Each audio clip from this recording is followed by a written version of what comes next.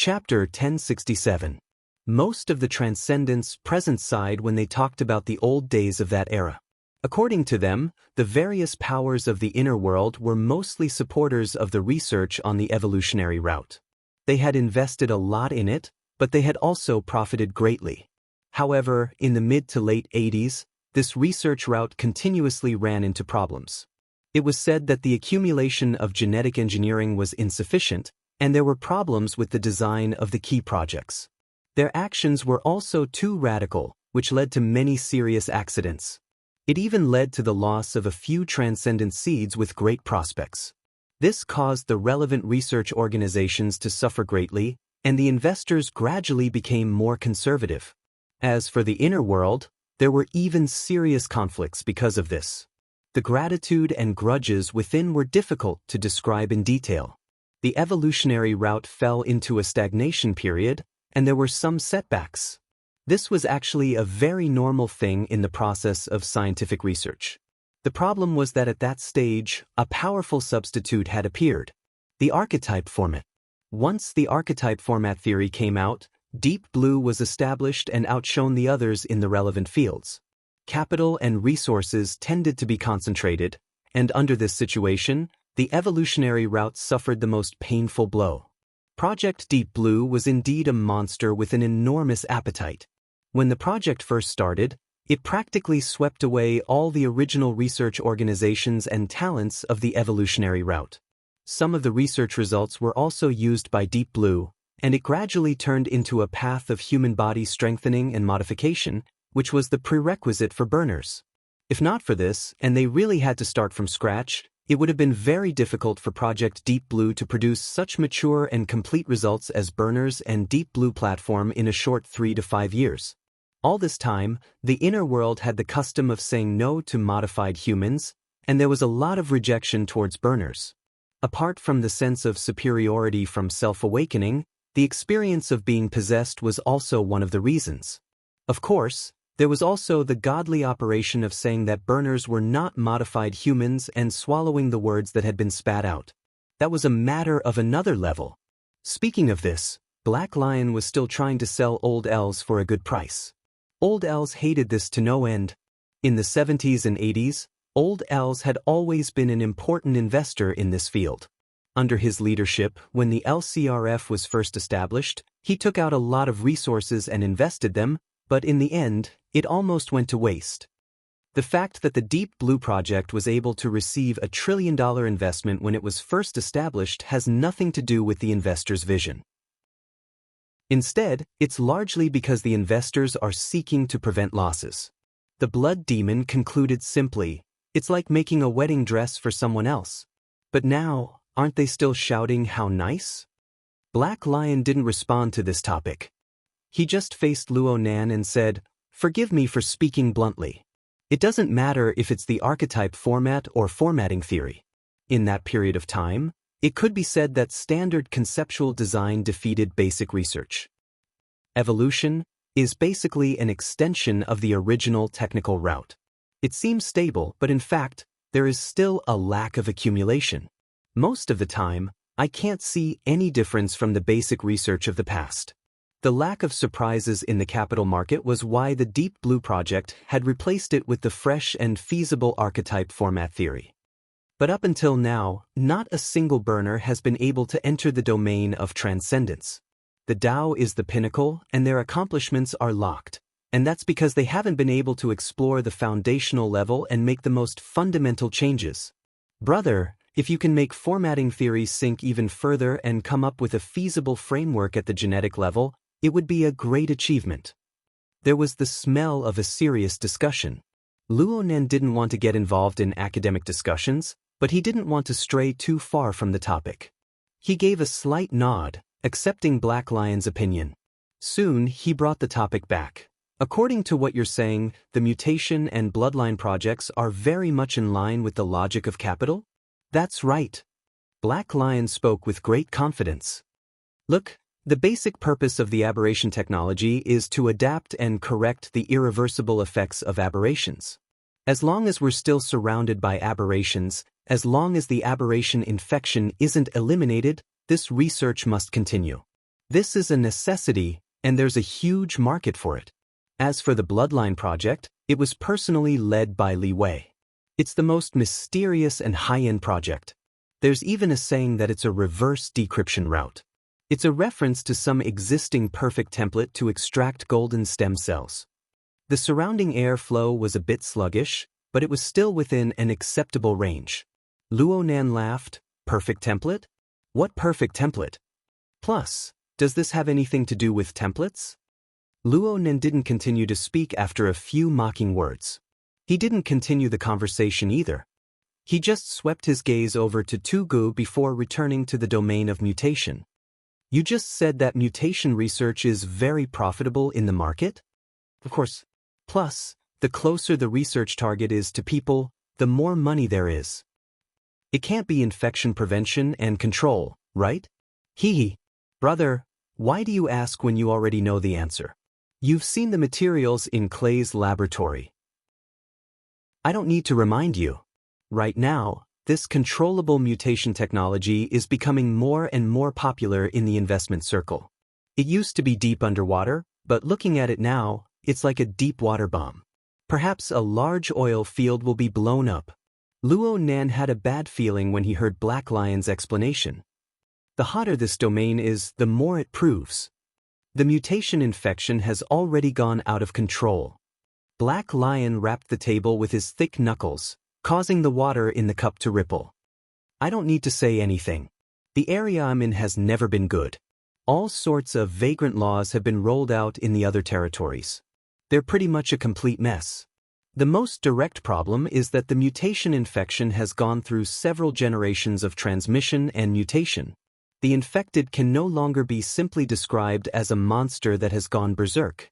The transmission power hasn't decreased, and statistics have become even more difficult. No one can clearly calculate this mess. Not to mention that there are all sorts of people and powers adding fuel to the fire. The corresponding acceptance rate is increasing without end. The eastern part of the old continent is a conservative region. They have always severely rejected problems involving genetic pollution. You can't use your way of thinking to expand to the entire world. For the sake of expanding the mutation infection, a special orgy is being held. Do you want to know more about it? In many cities of the new continent, if a young person hasn't participated in this sort of party, then they're considered to be behind the times. Also, let's not talk about anything else. There are quite a few mutation-infected people on this ship. A large number of high-level bodyguards have already undergone body modification or mutation modulation. Otherwise, it would be hard for them to even find a job. This is an open secret of high society. Black Lion talked without end. Evidence emerged one after another. Actually, Luo Nan had heard Peony talk about these things before. It wasn't anything new, and he wasn't particularly surprised. He just muttered to himself.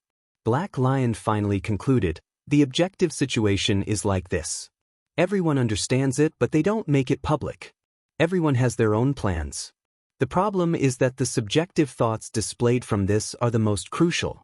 In the minds of those who approve of this trend, the mutation can already be viewed as another kind of awakening. Before Black Lion could finish his summary, at least 3 extraordinaries in the surroundings let out cold snorts or sneers. Black Lion acted as if he didn't hear anything. He continued to add, it's not just those idiots who join in the fun and chase after fashion. In fact, this is becoming more and more like a new consensus in the capital circles, in a considerable portion of the ruling circles, and even in some circles of the inner world. Chapter 1068. Black Lion was eloquent with his words. He jumped to old airs in an instant when he spoke of distortion. The old man is stubborn on this point. You guys understand the mind of an old man. Even though distortion is the most likely way to make a lot of money, and it is an irresistible trend, he still has some reservations. He rejects it greatly and doesn't trust this train of thought. So you don't find him pleasing to the eye? Blood Demon sneered as he forcefully interrupted. Distortion is an awakening. You're the most enthusiastic advocate of this sort of laughable saying, right? That's where you're wrong. No matter what other places are like, The Ping Trade Experimental Zone in Banqing is still fine. Black Africa, where I'm from, and the subcontinent of the Old Continent are all obvious living experiment sites. In the traditional research system, they have their own unique value. The problem is that the core technology will always be hard to grasp in our hands. Distortion technology is the same. If the trend is conservative and the status quo is maintained, it won't be too bad for us rentiers. But if the trend is radical and the experimental field loses its uniqueness, its value will be weakened, and there will be no production of technology. Where will I get my money from? So not only do I not advocate, I deliberately keep a low profile. This is my basic stance. I can't be wrong at all. Blood Demon raised his eyebrows. He still wanted to bicker with Black Lion, but Luo Nen took a step ahead and said, "We can discuss Mr. Black Lion's position later. However, Old Els is a big capitalist. He doesn't have a technical background. What is the core of his insistence? Is it the intuition of surpassing technical personnel, or is it purely conservative?" Actually, these words were not directed at Black Lion. Instead, he looked at Tu Gu and Wang Yong. Those two certainly wouldn't answer. Luo Nen just wanted to see their reactions. Unfortunately, the poker faces behind the two sunglasses were emotionless faces. In the end, Black Lion took over the conversation. The old man really is conservative in thinking on this point. He has said more than once that distortion technology is too chaotic. It's hard to end things after a good start. Then I really have to look at him in a different light. Luo Nen followed up with a question, "What's Li Wei's stance on distortion technology?" He himself has never commented on the distortion technology in public. However, many of the newest gene editing technologies in the distortion laboratory are products of the Bloodline project. What do you think his stance is? Oh, understandable. Luo Nen laughed. If the mutated infection on Earth did not continue to spread, where would Li Wei get the ingredients for the advanced formula? Regardless of the attitude of the key personnel, it had to be admitted that what the Black Lion said was indeed the reality. But when it came out of his mouth, it tasted different. Before he could think it through, Black Lion's topic had already piqued the interest of the others. The extraordinaries present had all come from an era where the path of evolution had flourished and was soon to be severed. They had also spent half their lives competing against aberrations. They had the right to speak about the battle of paths and the changes in the situation. However, their perspective was not from an economic or social point of view. Instead, they were looking at something more direct and pure. As Constance said, evolutionary awakening or the so-called aberration awakening, to determine which is more correct. In the end, we have to return to the most core argument. What triggered the era of distortion and allowed the ability users to step onto the stage of history? If it's the aberration itself, then there's no reason to resist it. But if it's another factor, then we need to carefully consider it. Blood Demon clenched his fist in front of Constance's hood. The strength of his palm and fingers clenched together actually stirred the air, emitting a buzzing, trembling sound. We still haven't found the X factor. However, I still don't believe that this kind of intense surging supernatural power, which I can use like a finger, is the creation of a patchwork of deranged genes. I'd rather set my sights on the abyssal region for the same reason. At the very least, my fleshly body can feel and use that place. Blood Demon cast his gaze at Wan Luhua as he spoke. She responded with a smile. In the initial stages of research, introducing large amounts of new variables will only cause more trouble. Wan Liaohua's answer was even simpler, but the new variables she spoke of were clearly referring to the aberration technology and the corresponding foreign genes. Her attitude was extremely clear. Comparatively speaking, Constance and the Star Shaman had a bit more uncertainty in their thinking, but this was limited to theoretical discussions. Luo Nen listened to their discussion and debate, and he soon came to a clear understanding. In this domain, the extraordinaries who already had a first-mover advantage took the conservative path of evolution. They used their own extraordinary talent to dig out their own potential. They were all on high alert toward the infiltration and influence of the mutated genes. Even the Black Lion, who benefited from the aberration technology, had a more pure and rational cultivation. However, although there were no transcendents present, there were still a portion of them who were particularly unrestrained. As for who they were, it was easy to tell. Basically, the existences in the sequence of cubes were more dangerous, especially those who were nomads in the wilderness. For example, Rabi the clown who once fought the High Lord of Secret Contract was a typical mutant who was sometimes clear-headed. There was also Poseidon, who was the root of the mutants. Among them, Black Lion was considered a typical conservative. Luo Nan was gathering and digesting information, but some people felt that he had been silent for too long. The Star Shaman's debate had failed, so he suddenly turned to ask, "What do you think, Professor Luo?" Speaking of which, Professor Luo had almost single-handedly reversed the direction of psychic research. Shouldn't he be the one to take responsibility for this sort of problem? To the side, Blood Demon took a sip of his drink. "Tieske, this orange juice is sour." Luo Nan blinked. Did he run into the grudges of the academic world? According to what the Star Shaman had said, reversing the direction of psychic research was most likely referring to the classical theoretical framework of 3 levels, 1 region, and 1 domain that was overthrown by the prison theory. This kind of theoretical system was certainly the conclusion of an authoritative master of the psychic side. With the ranking of psychic transcendence, it was possible that the Star Shaman and even the Death Shaman had contributed to this. This was normal. Frankly speaking, Luo Nan was considered an amateur when it came to aberration technology. But he had a unique advantage when compared to others. He had once stayed in the environment of the relay station, and the relay station was a typical environment in the light concealment star system that had suffered from the pollution of sin poison. Sin poison and aberration were fundamentally different. Aberration mainly came through the pollution of foreign genes. Sin poison came through more complex changes that might involve fundamental laws. It carried out a more comprehensive influence. But the external phenomena and effects of the two could be compared to each other. At the very least, they both affected the foundation of the existence of life. This was especially true when it came to racial evolution and cultivation. With the example of the Heavenly Yuan Empire as a precedent, Luo Nan knew that aberrations could occur at any time, producing complex and unstable genomes. This was a terrible thing for the cultivation of a population. Even with the accumulation of the Heavenly Yuan Empire, they had to spend an enormous amount of manpower and material resources to endlessly modify their foundational techniques in order to adapt. But the frequency of changes grew faster and faster since Sin Calamity began. This was definitely not a good sign. Liang Lu had also said that if the situation in the light concealment star system continued for another 1,000 years, it was very likely that there would only be a group of species that preserved the glorious memories of the Heavenly Yuan Empire, but they were completely different from their ancestors. Forgive Luo Nan for his conservative thinking. This sort of situation was ultimately not good.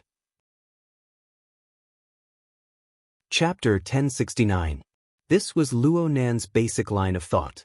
However, he had never systematically researched the current mutation technology, nor had he ever thought deeply about what the most reasonable evolutionary path for the human population should be.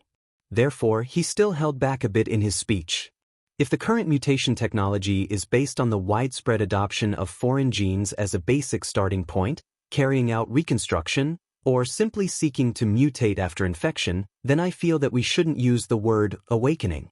It will cause misunderstandings. To put it bluntly, genetic modification or recombination are both more appropriate.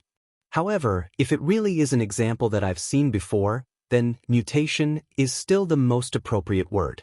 It allows one to understand the high degree of uncertainty of foreign genetic contamination and the consequences of mutation. There's no need to confuse other concepts. Star Shaman laughed when he heard this. Professor Luo's way of speaking is a bit like a spokesperson. It's watertight, but it lacks the drive to subvert tradition from earlier. Actually, I'm quite looking forward to the dominant force of someone other than myself. Luo Nan looked at this pretty boy extraordinary, ignoring the obvious mockery and hidden stabs in Star Shaman's words. Luo Nan had experienced the relay station and had come into contact with the silhouette of the Heavenly Yuan Empire's struggle in the Hongguang system. He was solemn and serious when it came to such topics. He would not argue with others with his emotions. He maintained a calm attitude and organized his thoughts. He responded in a manner that was neither fast nor slow. The topic of evolution is far too big, especially when it is magnified to the level of a population. It's not wrong to consider a broader path of choice. It's fine to discuss the angle of entry and the direction of the future. It's just that one must be more cautious than the last step. I very much agree with Ms. Wan's words on this point. The research is still in its initial stages. The structure of the body has yet to be completely explored and its marvels exhausted. Rashly introducing external factors will only make matters more complicated. For me, if I want to complete a work, I'll need to make a large system before the core design and train of thought is clear and refined. I won't rule out the possibility of success, but that's a standard gamble of probability. One general achieves success on the bones of 10,000 people is an optimistic estimate. Therefore, first solidify basic research step by step, from simple to complex, obtain a method theory, and then guide practice. This path is a bit old, but it's still more realistic, right? The star shaman frowned. He was quite surprised that Luo Nan, who had been willful and unbridled, would be so steady and conservative when discussing this topic. He wanted to argue, but his status as an extraordinary and his basic intellect still made him relatively rational in the end. He just shook his head slightly. The current situation is that even if the extraordinary from back then didn't have the ability to do so, they wouldn't have been able to do so. The evolutionary path also had a considerable proportion of people who used the template of extraordinaries to reverse engineer it. On this point, there is no difference between evolution, mutation, and bloodline. Can basic research derive supernatural powers from traditional basic research? Blood Demon jumped out to object before Luonan could say anything. Xing, you're being unkind. Can the research before World War III and the research after World War III be the same? Have you broken the definition of basic research?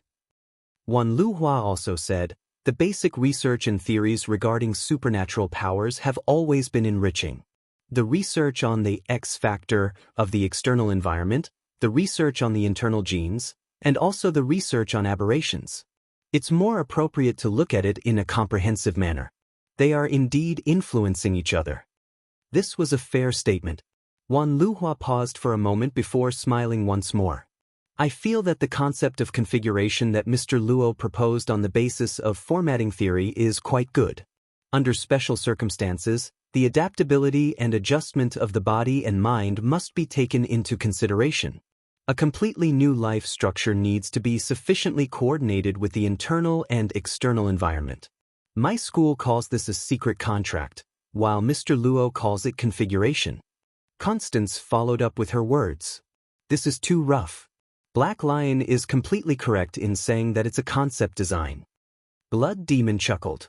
That's why we need to search for the details and rules behind the roughness. From the looks of things, Brother Luo has walked to the forefront. He's at least in the first echelon. He's much more reliable than aberrations. I don't deny it. Constance actually expressed her approval, catching many people off guard. No one knew what kind of expression Constance had under her hood, but her voice was exceptionally calm. Actually, I like the cage theory a bit more. It can open up an unprecedented train of thought. These people seem to be talking about matters on the genetic level when they talk about evolution. But clearly, the development of the mental side is much less restricted.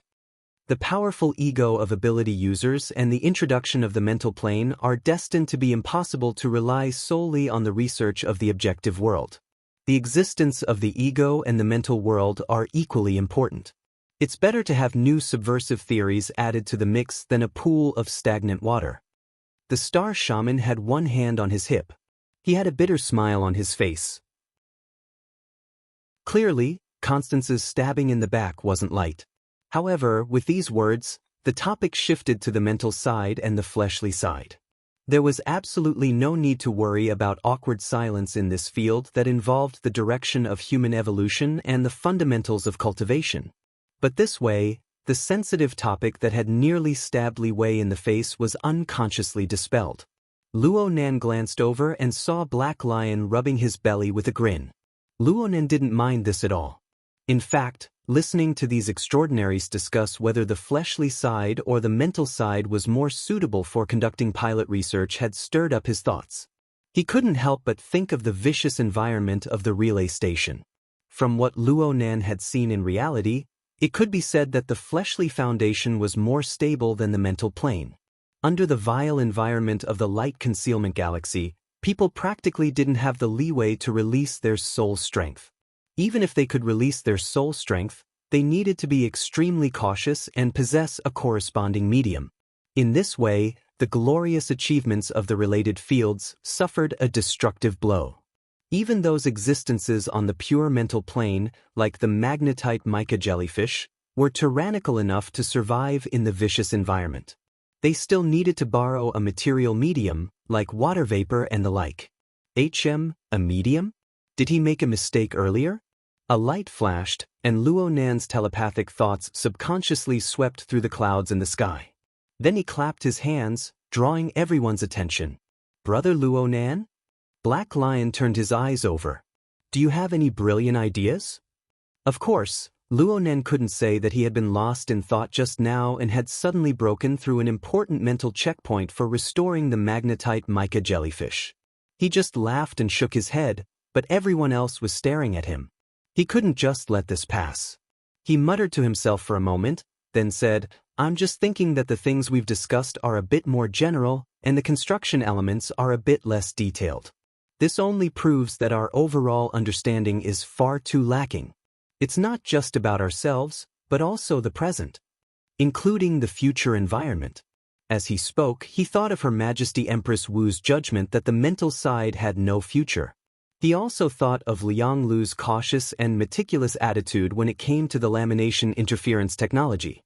Luo Nan had a feeling in his heart, and this led to the next proposition. "I heard you guys talk about the X factor. Is it referring to the conditions that ability users have suddenly produced since the era of distortion?" Blood Demon rubbed his chin.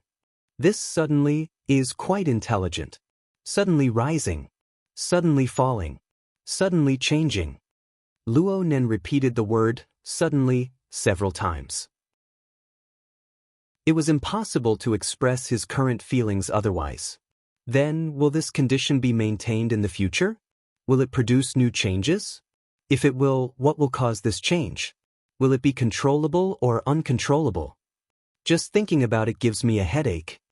Actually, Luo Nan wasn't having a headache. It was just a sudden pessimism.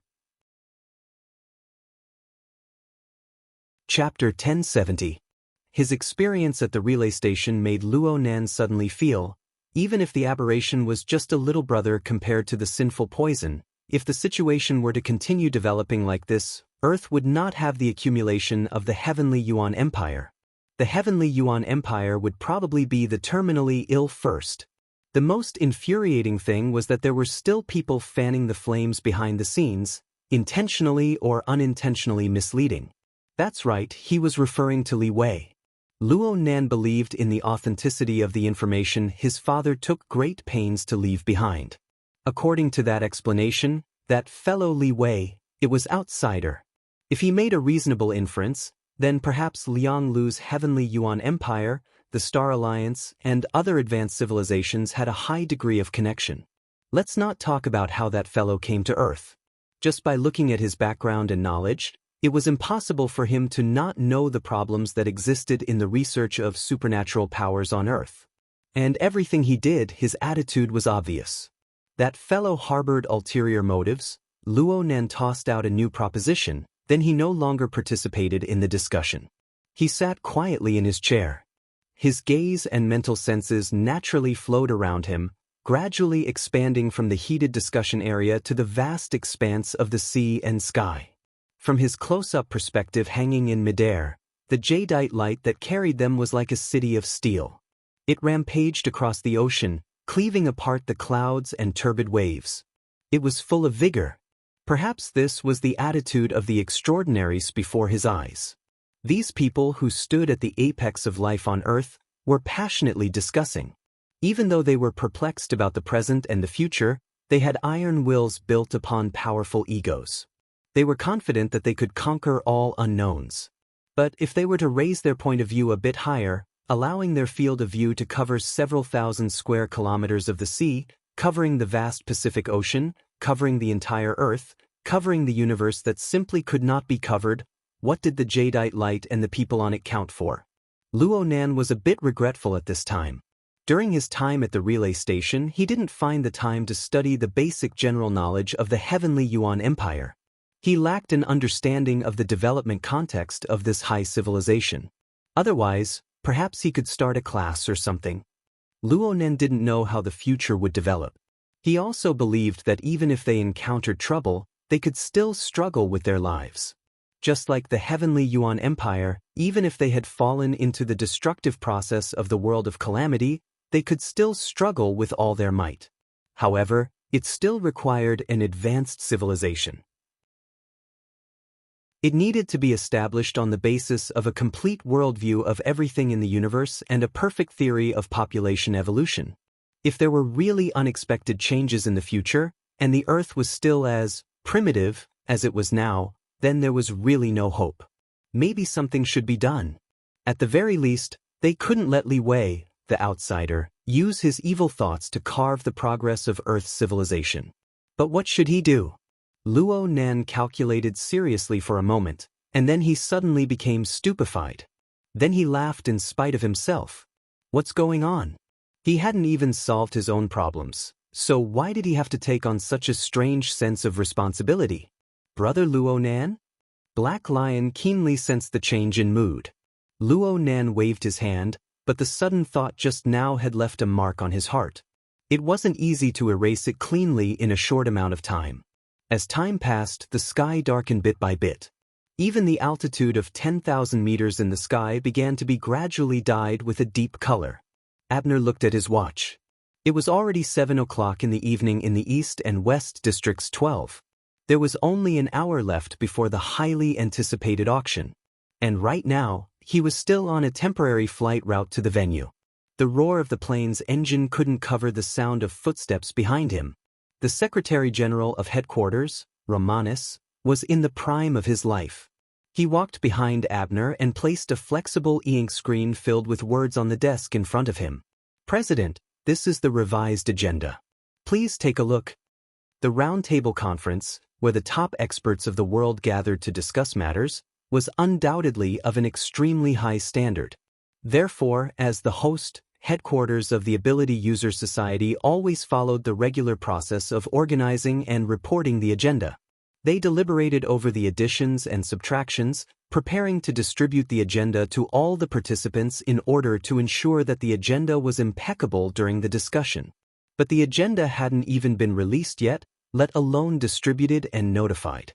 This could only prove that this sort of formality was practically broken. Abner didn't say anything, but he also didn't look at the relevant details. At this time, the projector on his desk displayed a few contents. It was the identification criteria they had determined earlier on for Gong Chi's murder. After looking over and over again, Abner had long since memorized them like the back of his hand. Number 1, an electromagnetic ability user. Number 2, an extraordinary. Number 3, the micromanipulation ability of the power of the abyss region. Number 4, the ability to burn and absorb flesh and blood. Number 5, the ability to assemble and manufacture machinery. Number 6, the ability to conceal and teleport. Number 7, an ape-like creature. In the previously hastily held identification meeting, no matter what everyone's judgment was, the compatibility between the Mr. Mo and Luo Nan combination and this criterion was announced to be 7 out of 10, except for the electromagnetic ability. And now, with the support of the newest information, the so-called Mr. Mo could practically be erased. There was only one Luo Nan. The compatibility criteria was already 7 out of 10. If he, the president of headquarters, was a bit more frivolous, he could already say things like, if Luo Nan didn't do this to Gong Chi, I'll eat shit on a live broadcast. The problem was that the clearer it was, the more troublesome it was. Abner didn't show it on the outside, but his head was getting more and more painful. He never expected things to turn out like this when he proposed to adjourn the meeting that day. During the meeting, Ouyang Chen and Her Majesty Empress Wu had a clear and decisive attitude. It made many extraordinaries and various powers, who were used to the peaceful atmosphere of the 90s, instinctively shrink back. This was actually within the scope of Abner's considerations. He even thought of using this opportunity to eliminate a few disobedient people. However, Mr. Mo and Luo Nan's subsequent exposure of the alternate space of his own accord disrupted this rhythm. With concrete benefits placed before their eyes, the contradiction between the Apocalypse Laboratory, headed by Li Wei, and the powerful people of the inner world emerged a bit. There were also the complex demands of the Archons, who ruled over political power and capital. Back then, he proposed to adjourn the meeting in order to better connect the two sides. He wanted to dissolve a portion and highlight a portion. He wanted to focus the contradiction onto Luo Nan to achieve an ideal result. But he never expected it at the time. It was impossible for him to imagine that Luo Nan, after a few dozen hours of silence, would go on a high-profile path from STEM City. He would broadcast live on the beach, go straight to the cruise ship, and fight head-on with extraordinaries. It seemed that Luo Nan had revealed even more flaws, making it easier for people to focus the related crimes and contradictions onto him. However, the influence of this young man rapidly soared from these straightforward and sharp actions. He was like a weight that increased in weight. He wantonly played with the scales of the human heart. Abner's breathing became a bit heavier. The light yellow beard by his lips trembled slightly. He composed himself and turned his gaze to the flexible e-ink screen. However, he didn't look at it in detail. He just asked, "Did Connie send any new information back?" Chapter 1071. Not yet, Romanus answered very simply. Abner didn't say anything. He just operated a bit in the projection area. He pulled out the intelligence information that Constans had personally organized. Constans made a new round of comparisons between Luo Nan and the 7 criteria for murdering Gong Qi. However, the focus wasn't on the newly confirmed electromagnetic ability. Instead, it was the 6th point, the ability to conceal and teleport. Constans referred to Luo Nan's fight with Tu Gu and Wang Yong, the 2 extraordinaries. He pointed out that Luo Nan's core method of reversing or controlling the situation was the technique of the space-time domain. It could be said that this method was no longer something that could be effectively covered by words like technique. Constans' original words were, "We just need to verify Luo Nan's level in controlling the space-time domain in his fleshly state. Unless one has the determination to fight to the death, a meticulous plan, a loss of face, and a disregard for the losses, the chances of killing Luo Nan are extremely small. The difficulty exceeds 95% for extraordinaries. There were less than 100 extraordinaries in the entire world. In other words, Constans had placed Luo Nan among the top few in the world when it came to judging criteria of difficulty to kill. Perhaps even Abner wasn't among them.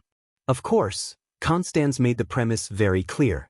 He had yet to completely verify how Luo Nan was able to operate the space-time domain while carrying a skeletal fleshly body. Perhaps Luo Nan was the next Gong Qi? The entire inner world cried out in surprise when Gong Qi displayed the extraordinary ability of void shift back in the day. This was an undying godly technique. But in reality, this was just a godly technique on the soul level. Once the fleshly body was shackled, it would fall by several levels. Now Gong Qi was dead. He died by Luo Nan's hands. It was quite ironic when he thought about it. Abner thought about Gong Qi and thought about Jin Tong. The deaths of 2 extraordinaries in less than a year were inextricably linked to Luo Nan. And these 2 extraordinary lives had truly verified Luo Nan's extraordinary lethality.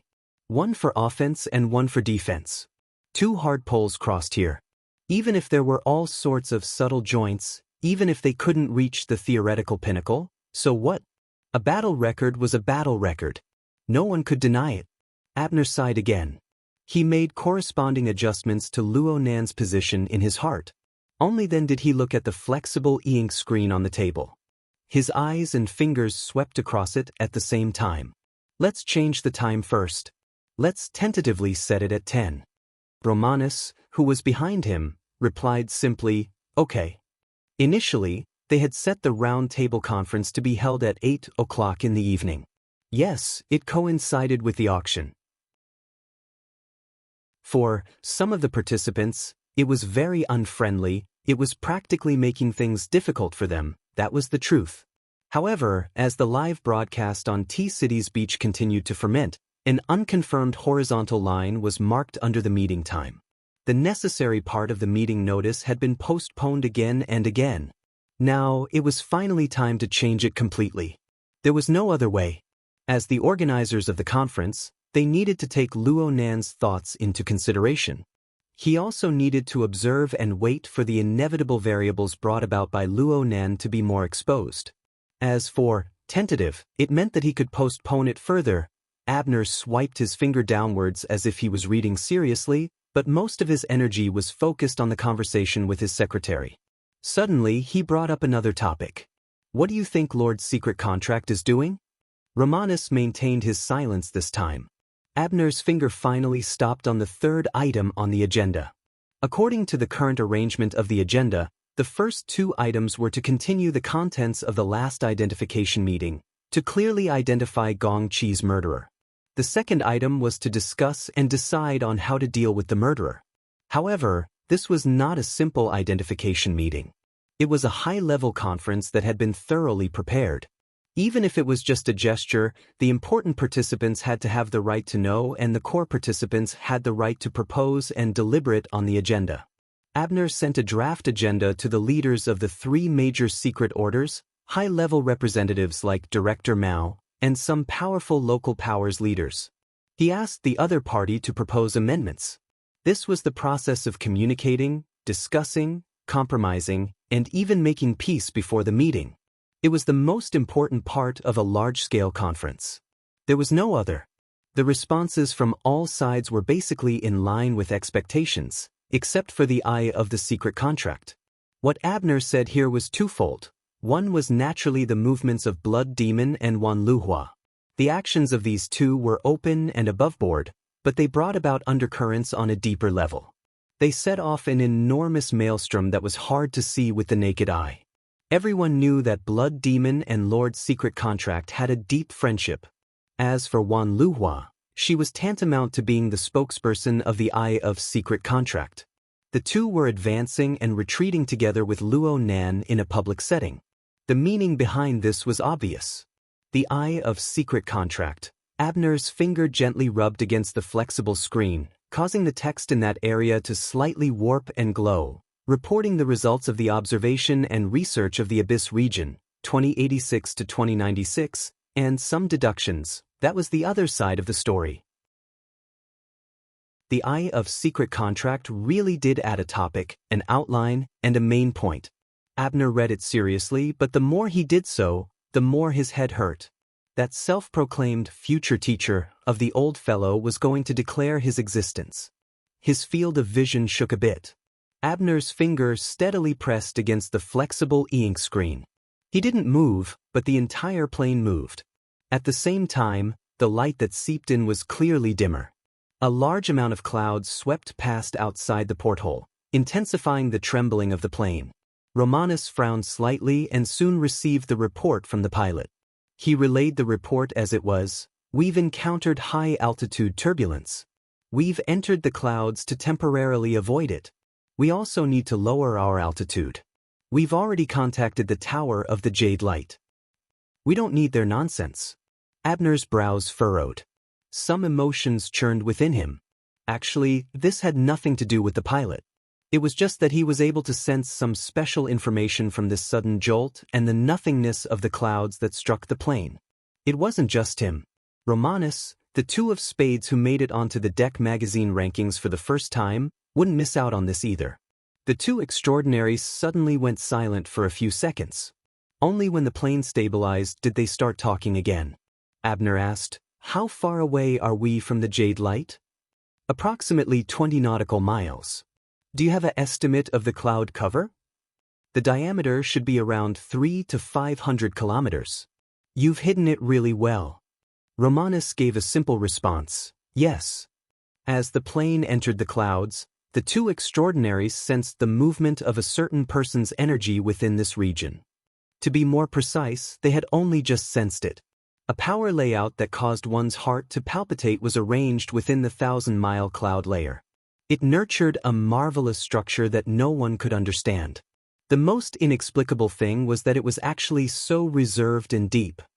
"I've never seen it before. Is it Luonan?" Romanus hesitated for a moment before responding, "Perhaps." Fix. Chapter 1072. In the end, Abner didn't receive any updates from Constance on the plane. However, when his plane landed on the top deck of the Jade Light, Constance met him at the docking bridge. She brought him the latest information. Everyone was too familiar with each other, so there was no need to exchange pleasantries. Constance took out the video she had personally recorded. The content of the video was the conversation between a few extraordinaries on the pool deck. Aside from the theoretical exchange, there was also Luonan's latest demonstration class. The heavily injured flesh and blood body of the ox demon from Ban City exploded into pieces and vaporized in the swimming pool amidst everyone's fervent discussion. The energy converged into the faith crystal hidden within the body. It seemed to have become nutrients, causing the originally empty thicket to become more and more lush and have a more translucent feeling. Of course, it could also be due to the darkening of the sky. One could tell from the color of the sky that this scene had happened not too long ago. Abner's expression was solemn. He flipped the video back and forth on the landing strip, zooming in and out. He watched it with incomparable seriousness. He guessed the various details and all sorts of legal bases. If there was something he didn't understand, he would ask Constance, who was present at the scene, for more information. Why did the so-called God of Ban City fall into Luonan's hands and be used by him? Have you determined the specifics? This is easy to guess. It should be the one who was scared away by the Amaterasu orders some time ago. He's from the Great Marsh Order. He's the one Luonan frequently interacted with in Ban City. Is that so? Abner had already found the method to contact the Pope of the 100 Anthologies. He hesitated for a moment and felt that he shouldn't waste time on such details. When all was said and done, he was amazed by Luonan's technique, which was like the mass and energy conversion. Using the mind as a bridge, crossing the natural moat of matter and energy to realize efficient interconversion. This was an extremely important topic in the research of contemporary extraordinaries. To be able to realize this, even if it was only in form, there was still a lot of room for research. Unfortunately, not many details could be seen from such a brilliant technique in the video. Then again, would it really be possible to see it if Luonan was present at the scene? Abner raised his head to look at Constance. This eccentric lady was publicly recognized as the #1 boundary master of the inner world. She had deep attainments in the structure of matter, energy, and soul strength. What did she think of it? Connie? Under the combination of the dark sky and the illumination of the runway, Constance's face under the hood was even more difficult to distinguish. Only his green eyes flickered slightly. She didn't respond immediately. Instead, she paused for 2 or 3 seconds before speaking with her usual cold and deep voice. Luonan is an open person. There's no need to take the risk of starting a war with him. Abner was slightly stunned. He wanted to ask a technical question, but he didn't expect Constance, who was relatively aloof, to be so direct and negative. Perhaps because Abner's expression was too obvious, Constance turned slightly and gestured for him to look in a certain direction. The two of them were currently on the runway at the top of the runway, which was one of the highest points in Emerald Light. From here, across the flat surface of the runway, they could see the bright lights at the bow of the ship, as well as the vague outline of the ship under the lights. However, what Constance wanted Abner to see was actually outside the observable area, in the void where light and shadow intertwined. Where's Ronan? Abner was able to sense Luonan's existence because the thick clouds in the sky formed a highly connected energy relationship. Indeed, there was no concealment. It was the same as releasing an enormous amount of information on a higher plane without the slightest scruple. Abner believed that Luonan knew of his arrival. It was just that Luo Nan had no intention of responding. Perhaps this excessively young and powerful person was certain that no matter which extraordinary came to the ship, they would take the initiative to get close. This was indeed the case.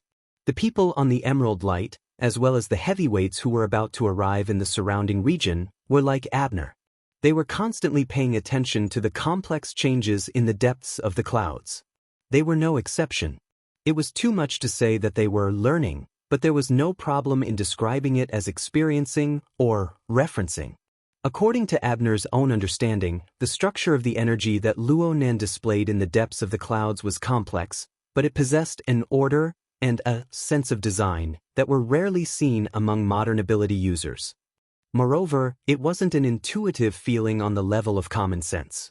Instead, it was a deeper regularity that required one to use the brain to perform in-depth analysis. This kid. Abner had unconsciously added a restriction when he said these words to prevent others from eavesdropping. However, he didn't finish the second half of the sentence. Romanus, who rarely spoke, sighed with emotion. It's like he's solving a problem. Abner looked in that direction and nodded. Very accurate. Indeed, Luo Nan's energy movement within the clouds, whether it was the contraction, expansion, or transformation, all of them were deeply methodical. No matter how complex it was, there were very few redundancies. It was simply like a pre-designed program. If it wasn't for the occasional interference and subsequent adjustments, Abner would have believed that the driving force was an artificial intelligence. But this still made people deeply suspect that there was a highly abstract and extremely mature theoretical support behind this complex structural transformation. And this was precisely one of the most coveted values of Luo Nan. Openness is obviously a good thing. Abner sucked in air through his teeth, letting his saliva dry. Then he withdrew his gaze and responded to Constance's attitude. His stance didn't waver. In fact, it became even more resolute. Connie, this isn't a question of openness or not. In other words, the definition of openness should be defined by more people. Abner lowered his head to look at his watch as he spoke. At this time, the reception banquet before the auction had already begun. There was no one here who would enter the boring social scene, but he needed to see someone. He told Romanus, "Tell Wang Yu to come see me." Romanus was about to agree, but Constance was already shaking his head. There was even a light chuckle coming from his hood. Wang Yu ran away. Maybe she never came. As the president of the headquarters of the Ability User Society, Abner still had the basic cards to play. Approximately 5 minutes later, the incompetent host Wang Yu took the initiative to request a video call with him. The signal connected. The lighting arrangement on the other side was terrible. A large lamp shot out a strong light towards the gloomy sea. Wang Yu was in the dark under the light position. The shadows distorted too much information. Only her voice was respectful. "Mr. President, I'm really sorry. My grandfather's old illness is acting up today. He's in a bad mood. I'm accompanying him on a night fishing trip. I really can't take care of the jadeite light. Besides, I'm just the owner of a ship. I'm just lending out the ship. It probably doesn't make a difference whether I'm there or not." Fix. Chapter 1073. Abner was silent for a few seconds. His line of sight cut across the painting of the real-time video. In addition to the somewhat confused and unclear Wang Yu in the corner, there was a bloated figure wearing a thick hat and wrapping himself in winter clothes. The figure waved towards the camera. It was indeed Bai Hao. This old fellow was like this when he was sick. Looking at him, he had no intention of reminiscing about old times. Abner did not want to complicate things. Moreover, Wang Yu, a young man, already had the qualifications to be independent. Similarly, she also needed to be independent. Therefore, Abner just pretended not to see the details in the corner. His line of sight continued to stare at Wang Yu. He was too lazy to beat around the bush and said directly, "I was invited by you." "Ah, Mr. President, frankly speaking, this is really quite embarrassing." Wang Yu sighed very obviously. The world is full of twists and turns. When planning the event, Who would have thought that a multi-party meeting that could have been a happy one would turn into a situation of competition? It seems that my friendly suggestion was still sloppy. Suggestion? Friendship? Abner's sharp eyes cut Wang Yu back and forth a few times. Sure enough, after jumping off the boat, she simply refused to admit it. Moreover, don't blame Abner for being sensitive. Listening to the words full of twists and turns, why did he feel that this young man was blaming him? The last appraisal meeting was indeed not in the plan. But earlier he repeatedly provoked Luo Nan to directly kill his way to Ban City. Could it be that you guys can't get away with such a stinky hand? Just before Abner was about to explode, Wang Yu clapped her hands and saluted him with her palms together. Mr. President, please forgive me. The situation has been distorted to this extent. It is really a big failure on my part as the advisor. I am now accompanying my grandfather to go fishing. In addition to fulfilling my filial piety, I am also enjoying the sea breeze to reflect on myself. Take charge of an area, my ass. She really doesn't regard herself as an adult, does she? Abner really did not expect that Wang Yu, who had always been calm and collected, would lose face so thoroughly. Moreover, it was in front of his grandfather. The situation was perfect. He could not spit out the words that he had used to denounce Wang Yu. Wang Yu was eloquent, so she took advantage of Abner's choking. Regardless of whether Mr. President believes me or not, whether it's a suggestion or an arrangement, I'm still aiming for cooperation. Of course, it has to be me, us leading the cooperation. But in the business world, you take a step forward, I take a step back, and we adjust at any time. Sometimes, when you retrench a little, you feel that it's still okay, so you continue. Sometimes, when you feel that retrenching is too much of a loss, you stop your losses in time. Abner's yellow beard trembled slightly as he looked over coldly. I'm not a businessman. Wang Yu smiled. But I am. Therefore, every move was an investment. After the investment plan was set, the shares could be adjusted and the profits could be reduced, but the predetermined costs could not be easily changed. Otherwise, it would become a gamble. We can work in any industry and do anything, but gambling is never a good thing, isn't it? Abner grinned. It was indeed funny. He had actually been taught a lesson by this young junior with such shallow business knowledge. At this point, there was no point in continuing the conversation. Abner didn't try to win the argument. Wang Yu retreated, and there would definitely be some repercussions, especially in terms of social relations and resources. But with his wealth and accumulation, he could afford it. And tonight, in this matter itself, this young man was already detached enough. It could be said that he was in an invincible position. Continuing the conversation was just asking to be humiliated. At this time, it was Wang Yu who comforted him instead. Well, let's talk about the matter as it stands. In fact, things aren't too bad. The auction is a mess, but the trade fair can still go on. The big exchange of distortion technology still has its place. What do you think? Amidst Wang Yu's sorry, the call ended. Abner's eyes were dark. He had to admit that Wang Yu was very smart. He used an acceptable price to avoid what might be the most dangerous conflict on Earth. And this bastard obviously had a backup plan from the beginning, letting a trade fair take the lead. In this way, the price of his stop-losses was even lower. In comparison, it was true that Abner's side did things too crudely. Abner admitted that he wanted to seize too much from the sudden appraisal meeting. He wanted to fight. He wanted to open the door to a new plane, eliminate dissidents, and reduce the reputation of Xia City's Iron Triangle within the society. Also, Gong Qi's death forced him to do this. No one lived in a vacuum. It was true that Gong Qi was the core of a power, but cutting out the core did not mean that the power would collapse. The leader's thinking would inevitably be affected and distorted in the complex growth and decline of a power. In comparison, when he saw Wang Yu's decisive actions, he was angry, but he was actually a little bit envious. But soon enough, Abner broke free from his chaotic thoughts.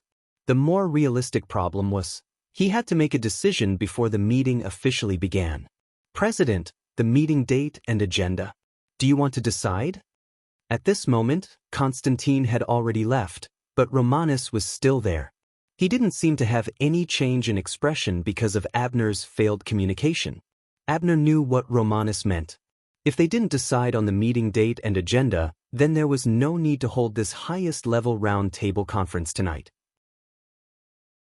If this was really the case, then they would have to be prepared to be treated as a joke. Abner turned his head and gazed at his Secretary General. "What do you think?" Romanus hesitated for a moment, but under Abner's strict gaze, he finally gave a constructive opinion. "We need to analyze Luo Nan's attitude." "Huh." Romanus's eyelids drooped slightly as he flipped through the flexible e-ink screen. It was the first wave of intelligence sent by Constans. If we make a simple summary, his attitude towards this clearly targeted plot against him is that he doesn't deny it. He doesn't care. But he shows his claws and teeth in action. He's a good teacher. There's a contradiction in this. Fierce in appearance but weak in heart? Abner shook his head in denial as soon as the words left his mouth. It doesn't seem like it. No matter what it is, he has a goal. It's just that it seems to be a mismatch with what we are concerned about. Romanus switched the flexible screen to the video personally recorded by Constans, but he did not look at it. Instead, he raised his head and met Abner's gaze. "President, don't you think that he's targeting Mr. Li Wei? Or should I say that he's targeting Mr. Li Wei?" Chapter 1074. He really does pay a lot of attention to Li Wei. Abner nodded in acknowledgement. In fact, if it wasn't for Black Lion and the others intentionally or unintentionally deviating from the main topic in the video, perhaps they wouldn't be discussing the X Factor in the end, but Li Wei's ancestors, Romanus wasn't just talking about today's matter. This includes the segmentation and integration of the formatting field during the live broadcast on the beach in T-City. There was also the live broadcast in Xia City earlier, where he used the Dynamo core as an example. Even the term configuration was borrowed from there. Romanus paused a bit as he spoke to this point. It seemed like he was organizing his thoughts, but it also seemed like he was giving Abner space to think. "I used to think that Luo Nan was targeting Yen Hong and his son, targeting the archetype format. But at this stage, Luo Nan has no reason to specifically target them. It wouldn't be strange for the father and son to suddenly die one day." Abner chuckled. "Let's not talk about the old ones. Yen Yongbo doesn't look like he's going to die easily." Romanus lowered his eyelids again and smiled. Abner agreed with most of his views. At this level, Luo Nen can more or less see through some things. It's not strange for him to target Li Wei. But what about the target? "They're very similar." Romanus replied calmly. "At least Luo Nan is trying to make everyone think that he's the same as Mr. Li Wei. They're both people who control inconceivable resources and knowledge. They can bring great benefits to everyone, but they can also bring unfathomable disasters at any time." "Him and Li Wei?" Abner laughed hoarsely. "He wants us to think that he's on equal footing with Li Wei? He wants us to give him the same treatment as Li Wei? Maybe. But it's also possible that he's just watching Mr. Li Wei. He has an indifferent attitude towards others. At least today, that's how he behaved. You're saying he's provoking Mr. Li Wei? He's even waiting for that person to make a move." Abner was still laughing. "Li Wei would do something like this?" Halfway through his words, he suddenly stopped. That was because Abner recalled that Li Wei had really been active a month ago due to an inexplicable missing uterine fibroids case in Spring City.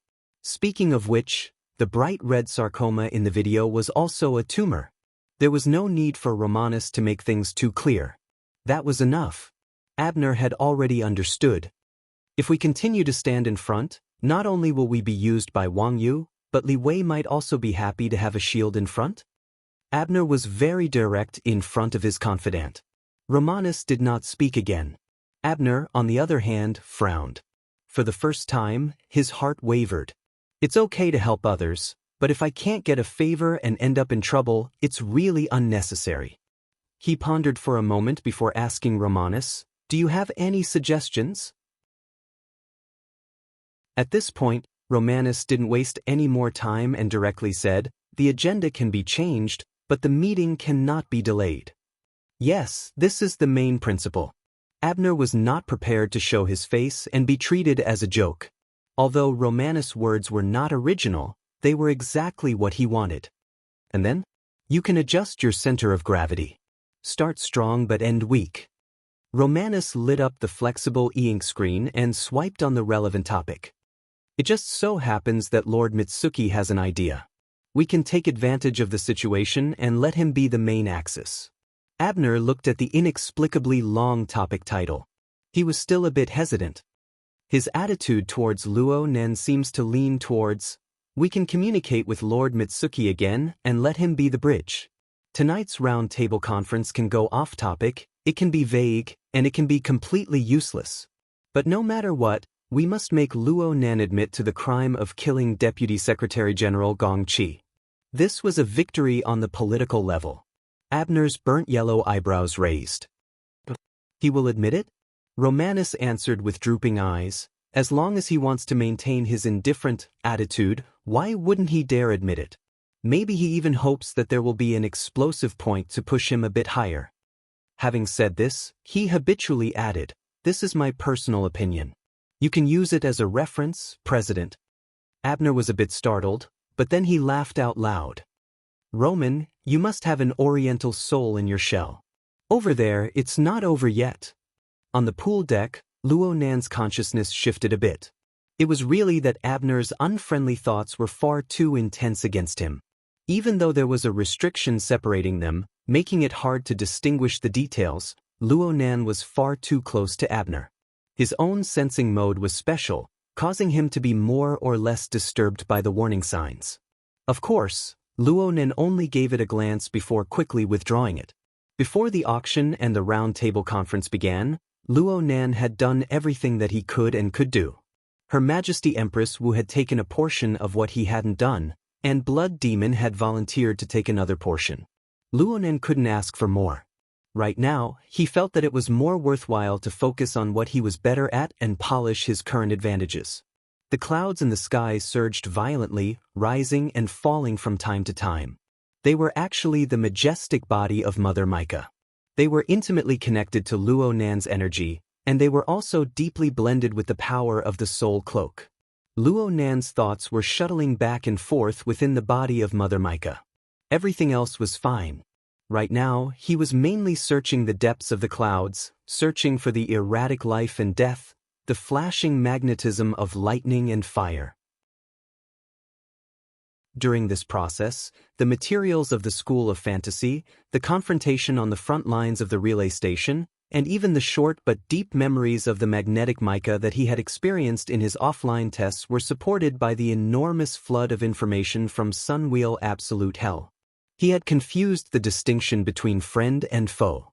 Several kinds of information were mixed together and compared to the incomplete model of the magnetic mica within the Misty Hall on the mental plane. The reason why Luo Nan was like this was because he was suddenly stimulated by a flash of inspiration during the discussion with many people.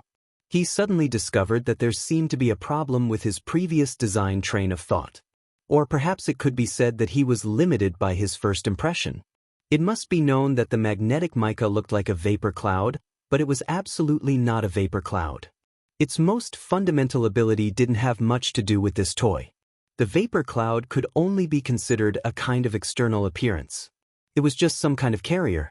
What he had seen and experienced with his own eyes was the mutated form of the magnetic mica that had survived in the evil and poisonous environment of Sin Calamity era.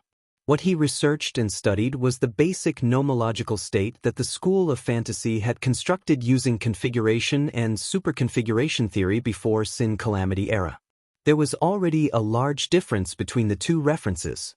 What's more, the original magnetic mica wasn't like this. Chapter 1075. According to the description of the School of Fantasy, the original magneto-optical mica was nothing more than the earliest inhabitants of some planet in the universe. They raised their heads to look at the clouds in the sky and watch them change according to the weather. They believed that the clouds had the ability to show the light, rain, yin and yang. They gathered and accumulated the power of thunder and lightning. They used this to form totem faith and projected their psychic powers. But this sort of thing happened every moment on countless planets with similar atmospheric environments in the boundless universe. It didn't constitute a necessary condition for the formation of a magneto-optical mica. It wasn't even a necessary condition. Generally speaking, the formation of the magneto-optical mica was a sudden change in the accumulation process of a special living system that interweaved with the power of faith. Its own unique fortune allowed it to form an incorporeal, wondrous form similar to magnetism in the long evolutionary process of accepting the power of faith. Within its structure, it even rubbed and operated with all things in the world. Inside, power of faith was the most basic raw material. Sudden changes were the most important opportunities. The special open living system structure was the foundation of the superconfiguration power, the laws of the universe. With the above three conditions working together, it was able to leap from its previous chaotic mode to the height of a fantasy breed. It gradually solidified its structure into shape, manifesting the existence and function of a magnetic-like force. This magnetic-like force was actually the main body of the magneto-optical mica. That's right, magneto-optical mica. Magneto-optical mica. Magneto-optical mica was the main body. It was muscle tissue, nerves, bones, and blood. It was a method to control other targets, and it was an inevitable creation to mend itself. It was highly sensitive to psychic waves emitted on the mental plane of living creatures. It was easy to act on, forming the origin of the soul magnetization ability. It had a deep analysis and segmentation of the structure of all things in the world. It had an almost instinctive rubbing and bonding effect. It further developed the ability to stitch and create things on the basis of its previous foundation. And when the power of magnetization and stitch accumulated layer by layer, it formed a powerful interference and reconstruction effect on the material and mental plane within a certain range of the universe. Even space and time were warped until the barrier of space and time was broken through. The marvelous magnetic force effect allowed it to cross worlds and summon powerful existences, forming the inconceivable ability of the dimensional gate. Of course, according to the legends of the heavenly Yuan Empire, the final form of the magnetic mica jellyfish was also due to some indescribably powerful existence. It was due to the effects of postnatal modification. But this was no longer within the scope of Luo Nan's knowledge. He could only ignore it for now. If Luo Nan's train of thought was correct, then the mica he had created during this period of time couldn't even be considered an embryonic form. It was just a production line for the production of magnetism or soul magnetism. Luo Nan was quite fated with things like production lines. It was his believers and the lives that were bound to the living starry sky that provided him with the incessant soul power. It was the grand production line, a closed system made of his believers and the lives that were bound to the living starry sky. Now, what he had painstakingly built was another magneto-optical production line. However, this line was still incomplete. It would be more appropriate to call it a factory. It could create the most suitable environment for the activation, existence, and effect of soul magnetism. It could even cause some sparks when they collided. But the core output was absolutely not here. It could only come from the imagination and faith of living beings. At the very least, at Luo Nan's current level of construction, it would be better to settle for the next best thing than to forcefully create the first ray of light from nothing. It would be to create an environment of faith that was closer to the very beginning. That was where the petri dish was located at the very beginning. Luo Nan had gone astray from the very beginning when he used the cloud structure to carry out the restoration route. Or perhaps he hadn't gone deep enough. But this couldn't be blamed on him. His most important frame of reference was the relevant theory of the school of fantasy. The theory was vague on this matter. On one hand, it was possible that the researchers of the school wanted to use pure configuration thinking to explain and restore from the very beginning. It was just like the research of bionic robots on Earth. Living beings were clearly placed before their eyes. They had everything, but they just had to use mechanical components and artificial intelligence to realize them. At the very least, they had to replace them to the greatest extent. This was a kind of academic train of thought. They didn't really want to efficiently create fantasy breeds. On the other hand, the topic of faith seemed to be a very sensitive area, whether it was before or after the Calamity era. Luo Nan had once used his own authority to search the external neurons database. It seemed that the research in this area was quite conservative. It was generally secretive. In any case, from what Luo Nan could see, the only thing that could be read out in the open was Lord Zhanhe's tome, Configuration, Faith, and the Great Limit. A rational reconstruction of historical evolution from ignorance to dawn, the magneto-optic mica chapter. Thinking too deeply was bound to lead to no results. Luo Nan didn't have the time to tangle with these questions that were destined to remain unanswered in the short term. Plus, he didn't have any academic persistence in this area. His research on the magneto-optical mica was just a method. It was a link in analyzing and reorganizing the structure of space and time. And this sort of analysis and reconstruction was used to deceive people. The reason why things had escalated to this point was because of Luo Nan's habitual train of thought of making a simple problem complicated. In short, right now he just needed the magneto-optical mica to construct a proper silhouette as soon as possible. Who cared if it was a pure configuration, a mutation, or an original ecology? Because of this, Luo Nan really put in effort on Niugui after he understood the key points. He no longer used Niugui as an experiment and reference to reverse engineer the fantasy breed. Instead, he carefully constructed a temporary petri dish. It just so happened that he could use it. Under Niugui's rule, the Great Zhe Order had accumulated a few dozen years of faith. No matter how distorted the process was, the Order still had some accumulation of believers. Even though the projection of faith was mixed and not refined, it was already of much higher quality in modern society when compared to the vast majority of people's thoughts. There was more ample room for adjustment. Luo Nan pondered over how to use his Luo Nan ruler in conjunction with the Wraith sign to realize the distortion of the direction of the power of faith. He didn't need to be long and devout. He just needed to be able to infinitely approach the original environment and form a petri dish. He would cultivate the first magneto-optical mica. This was equivalent to creating an industrial machine. The subsequent evolution could then proceed smoothly and logically.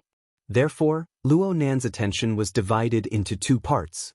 One part was the structure of the mica in the sky. He continued to observe, comb, and deduce. The other part was the virtual thicket that had just been watered with Niugui's flesh and blood. He used the control lines of the mica to slice up layer by layer and reverse permeate. He carried out a thorough understanding of the system of believers and tried to make adjustments. Under the interference of an extraordinary, the winds and clouds changed color in the front and the undercurrents surged in the back. Generally speaking, the clouds in the sky were more eye-catching. On the jadeite light, whether it was an extraordinary, a relatively ordinary ability user, or an ordinary passenger with restless hearts, they all paid attention to it from time to time.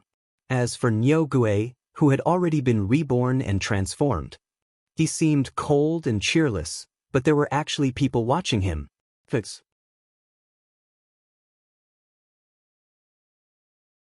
Chapter 1076.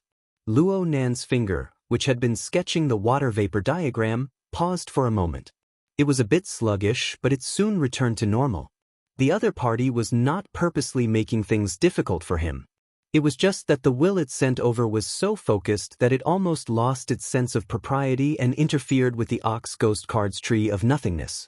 Luo Nan didn't even need to react when the interference occurred. The other side instantly retreated far away. It had a very nervous appearance. Luo Nan laughed in spite of himself.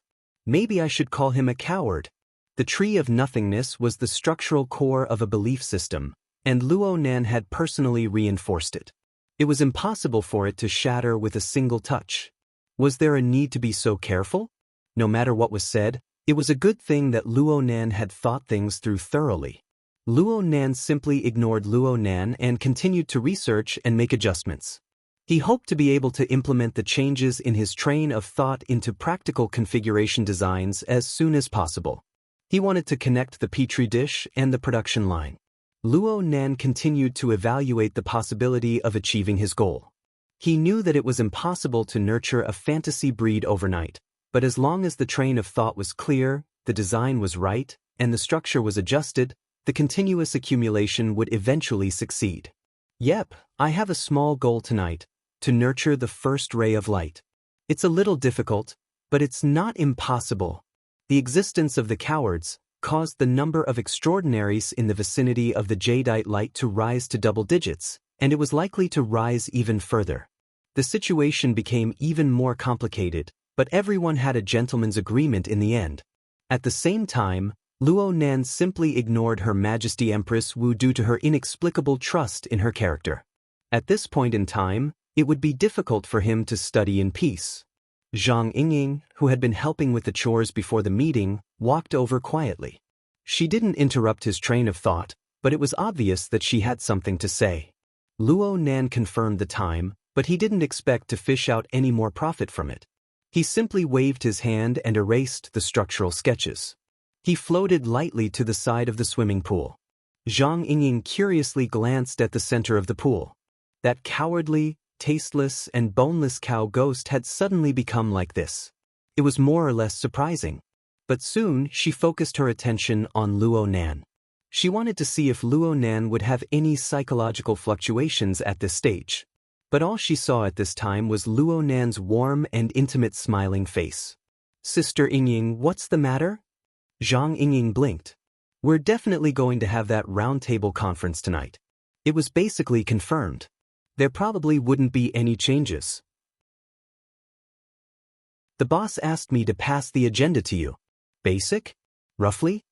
Luo Nan looked at Zhang Yingying's projection interface, looking at the formal agenda list. The organizer of the conference, the participants, the format of the conference, and so on were clearly written on it. It was almost completely within his expectations. The only variables left were the meeting time and agenda. The time is set for the East and West Districts 2200 hours tonight. That was 2 hours after the auction started. If there were no accidents, the auction should have ended by then. It was relatively reasonable. As for the agenda, at this time, Luo Nan had already read out the important parts in a low voice. Continue the matters related to the identification meeting. Headquarters personnel adjustments after the death of Deputy Secretary General Gong Qi. And the Lord of the Secret Contract. The topic of the agenda was a bit long, so Luo Nan skipped it. It looks rather ordinary. Very vague, right? Zhang Yingying smiled. Boss said that even though it's boring, it might be a good sign for you. Luo Nan didn't care. Don't tell me we have to count on that side? Being timid is better than being stubborn. Boss has already received more accurate information. Due to your super high-profile performance these past few days, their attitude has clearly softened. Someone has already sent a message to boss, saying that everyone needs to communicate and discuss. I'm afraid that the next 3 hours will be even more exciting than the auction. Blood Demon's cackling laughter interrupted Zhang Yingying's words. Then he appeared on the deck. Not only did they send a message to Her Majesty Empress Wu, they also think quite highly of me. I came here this time to shoulder the heavy responsibility of a lobbyist. A lobbyist? Blood Demon kept Luo Nan in suspense. It's about time. Let's go directly to the venue. Tonight isn't just for the auction. It's true that the current banquet is very boring, but the following free trade fair is still a bit interesting. I remember you saying that you wanted to experience the current state of development in distortion technology. This is a good opportunity. Luo Nan had indeed said something similar when they were chatting before.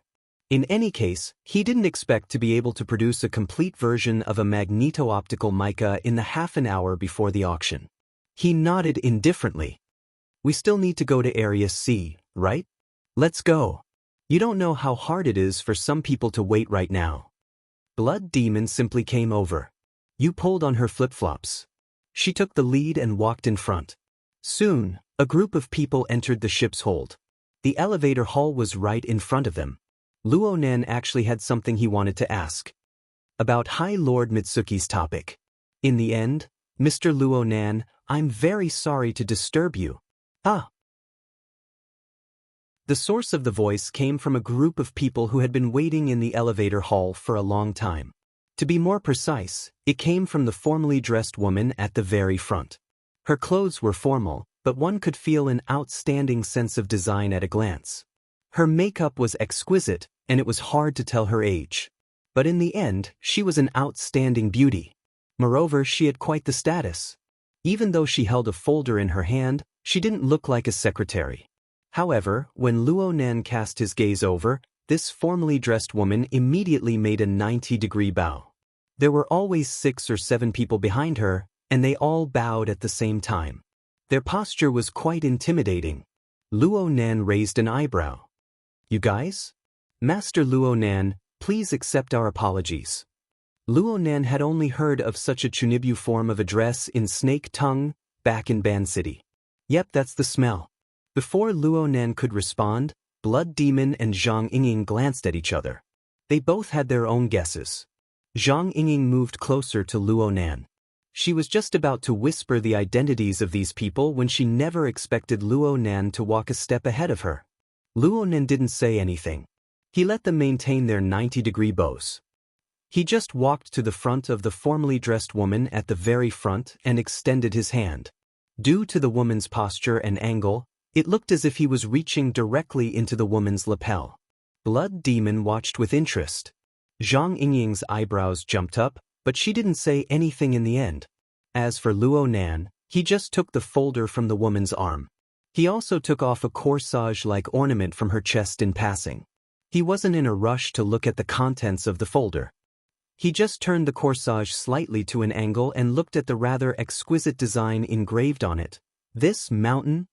Toyama Auction House." Luo Nan wasn't surprised in the slightest. He flipped open the folder and looked at the documents inside. This was the original copy of the commission auction contract. There was no need to mention the contents. When he flipped to the end, an unfamiliar name was signed on the client's position. But it was very interesting.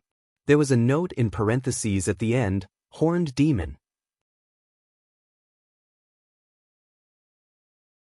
Chapter 1077. This is the document for the equipment entrusted to you by the Horned Demon for the auction. Luo Nan spent a few words to state the facts he saw. Then he asked, "What about you guys? What do you plan on doing now?" "Obviously, we're here to beg for mercy." Blood Demon rushed to answer on behalf of the other side. But then he began to speak in a strange tone. "This signal has finally been transmitted from the central nervous system to the nerve endings. The problem is, if your fingers are burned, why are you showing your face?" At this time, the woman in formal attire finally got the chance to speak. She still maintained her bent posture, but she was able to express herself quickly and clearly. "Lord Luo Nan, please believe in our sincerity. We will let this group of auction items with serious flaws enter the withdrawal process." As she spoke, her back suddenly sank slightly. It was Luo Nan placing the folder and the corsage on her smooth back. Then he turned around and left. This woman in formal attire was proficient in business etiquette.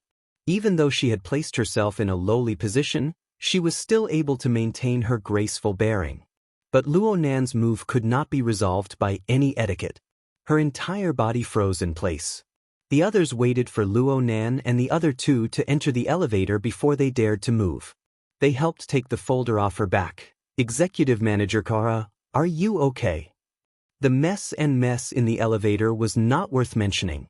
In the elevator car, Blood Demon praised Luo Nan's actions. "Beautifully done.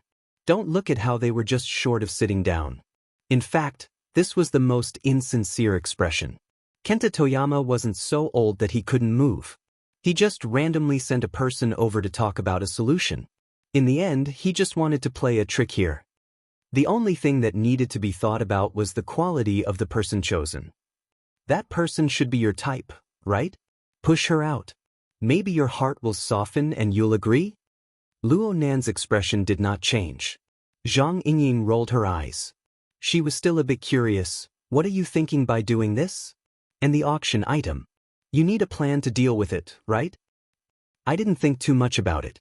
I just felt that any enterprise in Osaka City would certainly have a connection with the Amaterasu Order. They don't dare to offend me, but do they dare to offend the Church of True God? Luo Nan clearly didn't want to chat on this topic. He turned to ask Blood Demon, "Who are you lobbying for?" An old man with even less sincerity than Kenta Toyama. The only thing better than him is probably on this ship. Blood Demon grinned. Maybe he's paying attention to you right now. What's his reaction? Zhang Yingying blinked. It's the one you scolded during the appraisal meeting. Zhang Yingying's eyelids twitched, and she immediately stopped talking. Without his boss by his side, it was better to keep a low profile. Luo Nan's thoughts turned for a bit, and he confirmed his target, Abner. Aha, are you a little surprised? He's all right. Luo Nan spoke the truth. He didn't seem to have a particularly tough feeling when I saw him come over today. I didn't pay much attention, so I don't know if that's what you mean. The Blood Demon burst into laughter. That's exactly what I meant. Over the years, his beard became more and more yellow, and his intestines became more and more twisted. To the side, Zhang Yingying couldn't help but ask, then the matter of him asking you to be a lobbyist, and the matter of him going through the boss, should be the same thing. If it's related to Gong Qi's death and the issue of claiming responsibility, then that should be the case. I don't think they have any other tricks up their sleeves. Death? Luo Nen didn't understand for a moment. They're both violent deaths. A passionate armed melee and a deliberate murder aren't the same thing, right? The Blood Demon winked at Luo Nan. In any case, the dead can't live. In the end, what's going on, whether the responsibility is big or small, will be determined by the living. Of course, the other side also said that claiming responsibility is the basic premise. Luo Nan thought for a bit, but he didn't understand. He didn't understand. What was the point of beating around the bush? This design depends on the level of subsequent operations. To put it bluntly, Yellowbeard is stalling for time. He wants to drag the conflict to the back. He even wants to do a big shift. He already doesn't have the confidence to settle things at the Round Table Conference. So before he thinks about victory, he thinks about defeat. He's afraid of scraping that old face of his. The Blood Demon had clearly said that Abner might have pricked up his ears to listen in, but no one was as excessive as him. Right now, at least half of Abner lives by relying on his face. He was much more dazzling than he is now when he ascended to the position in the early days. He truly relied on his fists to beat people to death. The problem is that he's gotten used to being a consul these past few years. In the circle, he can rely on his old face to succeed in every endeavor. He's accomplished in the art of face, so he's ashamed to use his fists. Luo Nan went, "Oh." It seemed that he understood, but he didn't say anything else. Just like this, they exited the elevator and walked a few dozen steps through a tunnel with extremely high privileges and restrictions. Hey, do you agree or not? Or are you saying that you want to discuss this with the martial monarch? This isn't urgent, right? Hehe, of course we're not in a hurry. But it's hard to say for Abner. Fine. Let's leave him hanging first. The Blood Demon really didn't have the professional ethics of a lobbyist. He chuckled and tossed this matter to the side. At this time, Luo Nan took the initiative to talk to him. Is the topic of the secret contract the one you guys want to backdoor with? How about it? Are you interested? I know this topic is your type. I'm a bit interested. Do you have detailed information? It's on the agenda. Of course there's information. The Blood Demon knew of Luo Nan's special state, so there was no need to share the documents. He snapped his fingers and shared his virtual interface, letting Luo Nan conduct a round of overview. Actually, I should have given it to you earlier. What if I agreed to cooperate with you guys? It's not too late now. Not only do we need staunch allies on this issue, we also need universal understanding and sympathy. Bad choice of words. Luo Nan spoke to the Blood Demon on and off. At the same time, he quickly skimmed through the relevant contents of the topic material and clarified the relevant topic. Discussing the X factor. I remember you guys saying earlier that this sort of basic level stuff isn't very popular these past few years. But it can still attract people's attention. It's a very good entry point. At least that's how I understand it. That's truly a pity. Huh? I'm saying that it's too much of a pity not to delve into the discussion. Luo Nan's attitude was quite sincere. On the topic material provided by the secret contract High Lord, Luo Nan raised an old but classic proposition. X, the unknown core element that allowed supernatural powers to appear on Earth, the core element that allowed humans to carry out highly efficient self-evolution. In the end, what is it? And how should we go about discovering it? Is it a simple invasion of mutated genes? Is there an additional special composition in the Earth's atmosphere? Or is there a change in the operating rules of a more fundamental existence of spacetime? Over the past few decades, this sort of research in the inner world had risen and fallen, never ceasing. Practically all possibilities in the current cognitive domain had been exhausted. Right now, the secret contract High Lord did not provide a completely new research perspective from the perspective of the material. However, he made an unprecedented in-depth exploration from one of the perspectives. The observation abyssal region.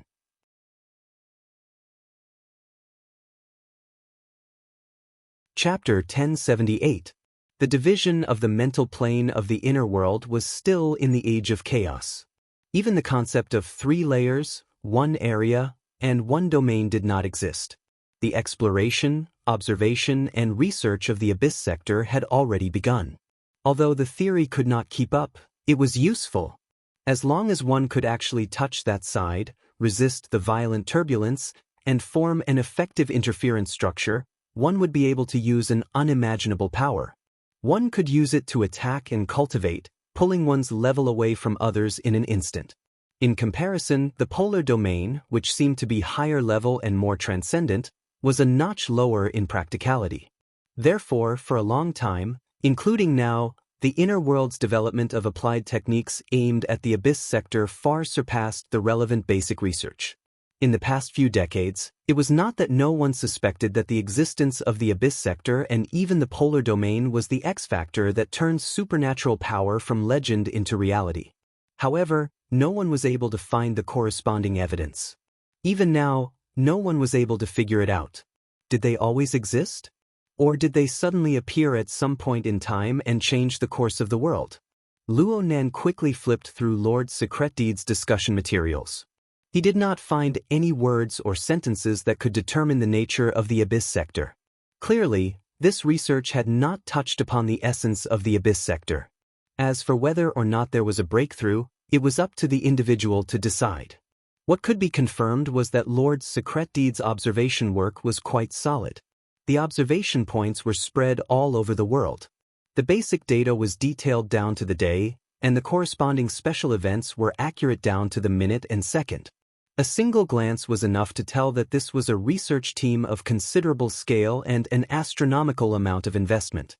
This material attempted to speak through data, but due to the unfathomable nature of the abyss sector for the vast majority of people, too many abstract mathematical models were used.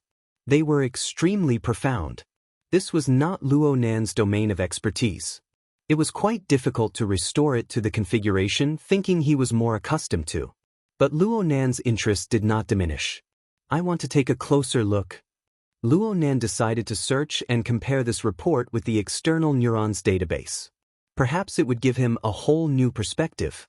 In fact, there were already a few concepts in the material. They were more sensitive to him, and they were quite enlightening. Reality might also bring trouble. Luo Nan shot a glance at Blood Demon.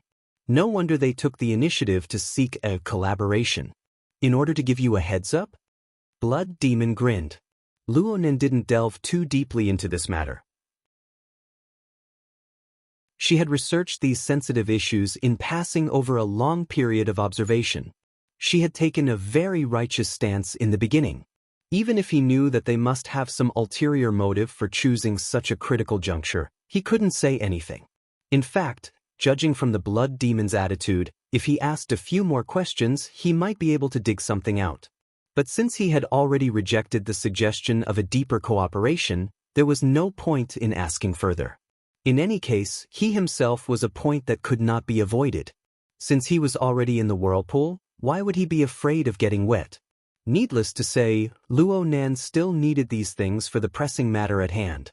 At this time, the 3 of them had already returned to the exhibition hall in Area C and entered the venue for the night. Strictly speaking, ever since the Jade Light left Band City, A trade fair with the theme of distortion had already begun. In this place, the prey and collections of individuals, the raw materials and technologies for production, and even the intangible but extremely important market and connections were all being communicated and traded inside and outside the hall. Now, the climax of the artificially designed event had arrived. When he re-entered the venue, most of the booths had been removed, but the exhibition did not stop. Instead, it changed from a general display to a demonstration of fine products and a small-scale auction to warm up the audience. The entire Area C became clamorous, but under the professional guidance of the conference staff, it appeared hot but not impatient. It was noisy but not chaotic. Yes, this had a lot to do with the quality of the people present. Luo Nan confirmed that there were many professionals in the field of distortion aside from the buyers who held large sums of money in their hands. They were either demonstrators, appraisers, or strategists. They clashed and cooperated with each other, clashing with sparks of thought and wisdom. This was very much in line with the design of a technology and equipment trade fair and demonstration. He walked and stopped along the way, occasionally concentrating on some of the project demonstrations and materials. He was completely unworried about the auction that had already begun. Gradually, Luo Nan gained a basic understanding of the most advanced distortion technology of the day. He could confirm that this trade fair was indeed selling goods. This kind of atmosphere design is quite good. She's pretty good. Luo Nan made a casual evaluation. Wang Yu is very good at utilizing the strong points of professionals. Bai Xinyan had probably been waiting here for a long time. She magically popped out from the crowd and inserted herself between Luo Nan and Zhang Yingying. She held onto the crook of their arms in an intimate manner. She looked even more unbridled than she had been in the afternoon. Clearly, this was due to Zhang Yingying's presence.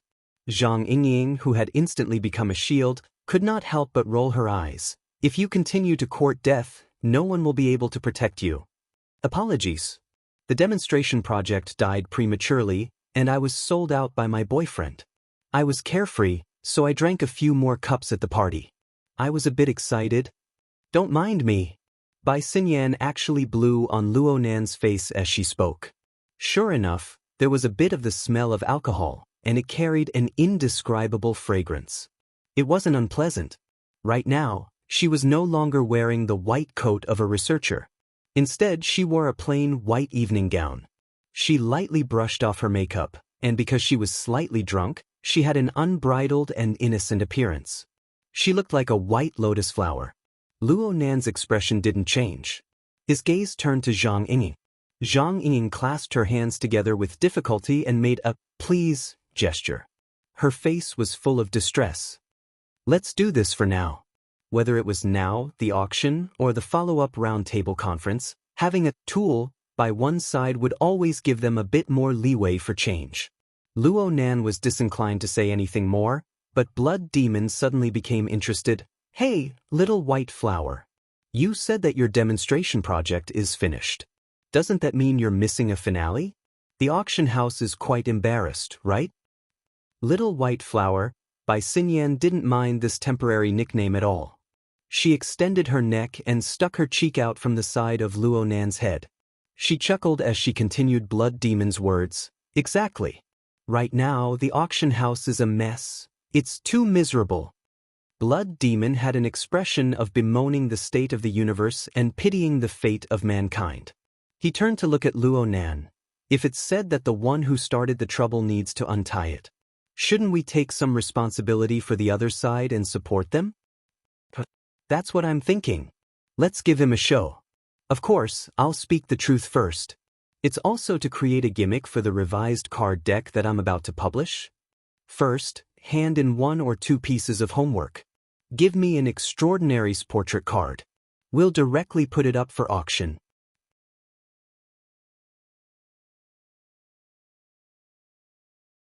Chapter 1079. Luo Nan felt baffled by Blood Demon's sudden idea. Most of the people at the auction are rich and powerful. They have nothing to do with the inner world. Who would care about this? Blood Demon saw that Luo Nan didn't immediately refuse. Instead, Blood Demon considered the problem of the audience for him. He immediately knew that there was a way. He grinned and wagged his finger. No. Quite a few of them are from the same circle. They're all in the ruling circle. It's just that they use money and power while we use our fists. Blood Demon extended his 5 fingers. He clenched and released them. Plus, as long as you're certain that the card you make has the same effect as before. TSK, don't play dumb. I'm talking about the move that summons Ox Demon. You're counting on those people to activate and borrow the extraordinary power of the card. But do you rely on burning money? The Blood Demon blinked. You mean to say that it was indeed effective? Can it be used once, or can it be used multiple times? How would I know? It's just that the painting material given by High Lord's secret deed is good. Stop flattering each other. It's not like I didn't ask about it. Blood Demon clapped his hands. It doesn't matter if it can be used once or multiple times. It doesn't matter if it's practical or not for those people. It's a gimmick. With this move, this old man who doesn't even have the strength to truss a chicken is the same as inviting a door god home. A living door god. How interesting. Generally speaking, door gods have all died before. Blood Demon acted as if he didn't hear these words. He began to plan the details in high spirits. With how chaotic the auction is right now, it doesn't take much to get through the joints and add an impromptu program. As for the candidates, it's a bit troublesome. Brother, your knowledge isn't enough. Since it was a portrait, they could only choose the ones Luo Nan had seen before. There were nearly 100 extraordinaries in the entire world. There were only a dozen or so of these. There were also some that they couldn't court death no matter what. For example, Her Majesty Empress Wu, who was waiting for them in the private room of the auction site. Of course, since Blood Demon took the initiative to bring it up, he certainly had a plan in mind. I have a good candidate on my side. He has strength, prestige, and style. He doesn't have too high of a relationship with everyone. Generally speaking, the awkward situation of a door god won't occur. Plus, he's someone you've seen before. The vast majority of people have never seen before. Hearing Blood Demon lay out a long list, Zhang Yingying couldn't help but be curious. Are there such people among the extraordinaries? Who is it? The Snow Demon circled the air with her arms to show that it was huge. Then she said, Poseidon.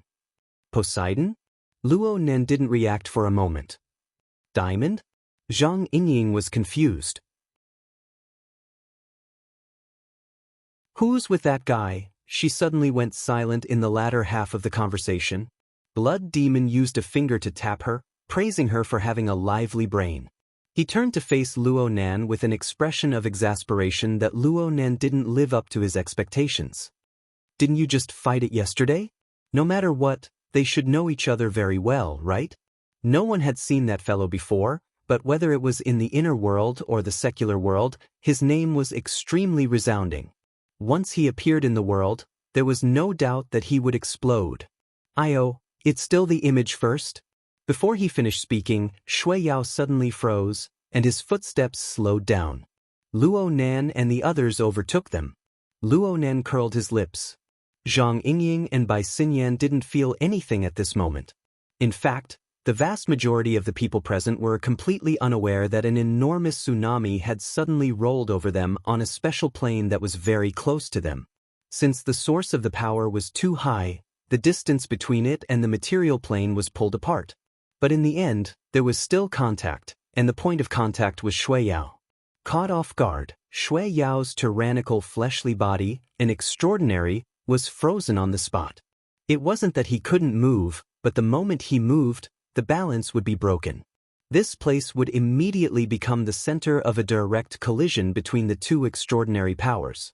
The aftermath of the collision was enough to turn the trading center into a slaughterhouse.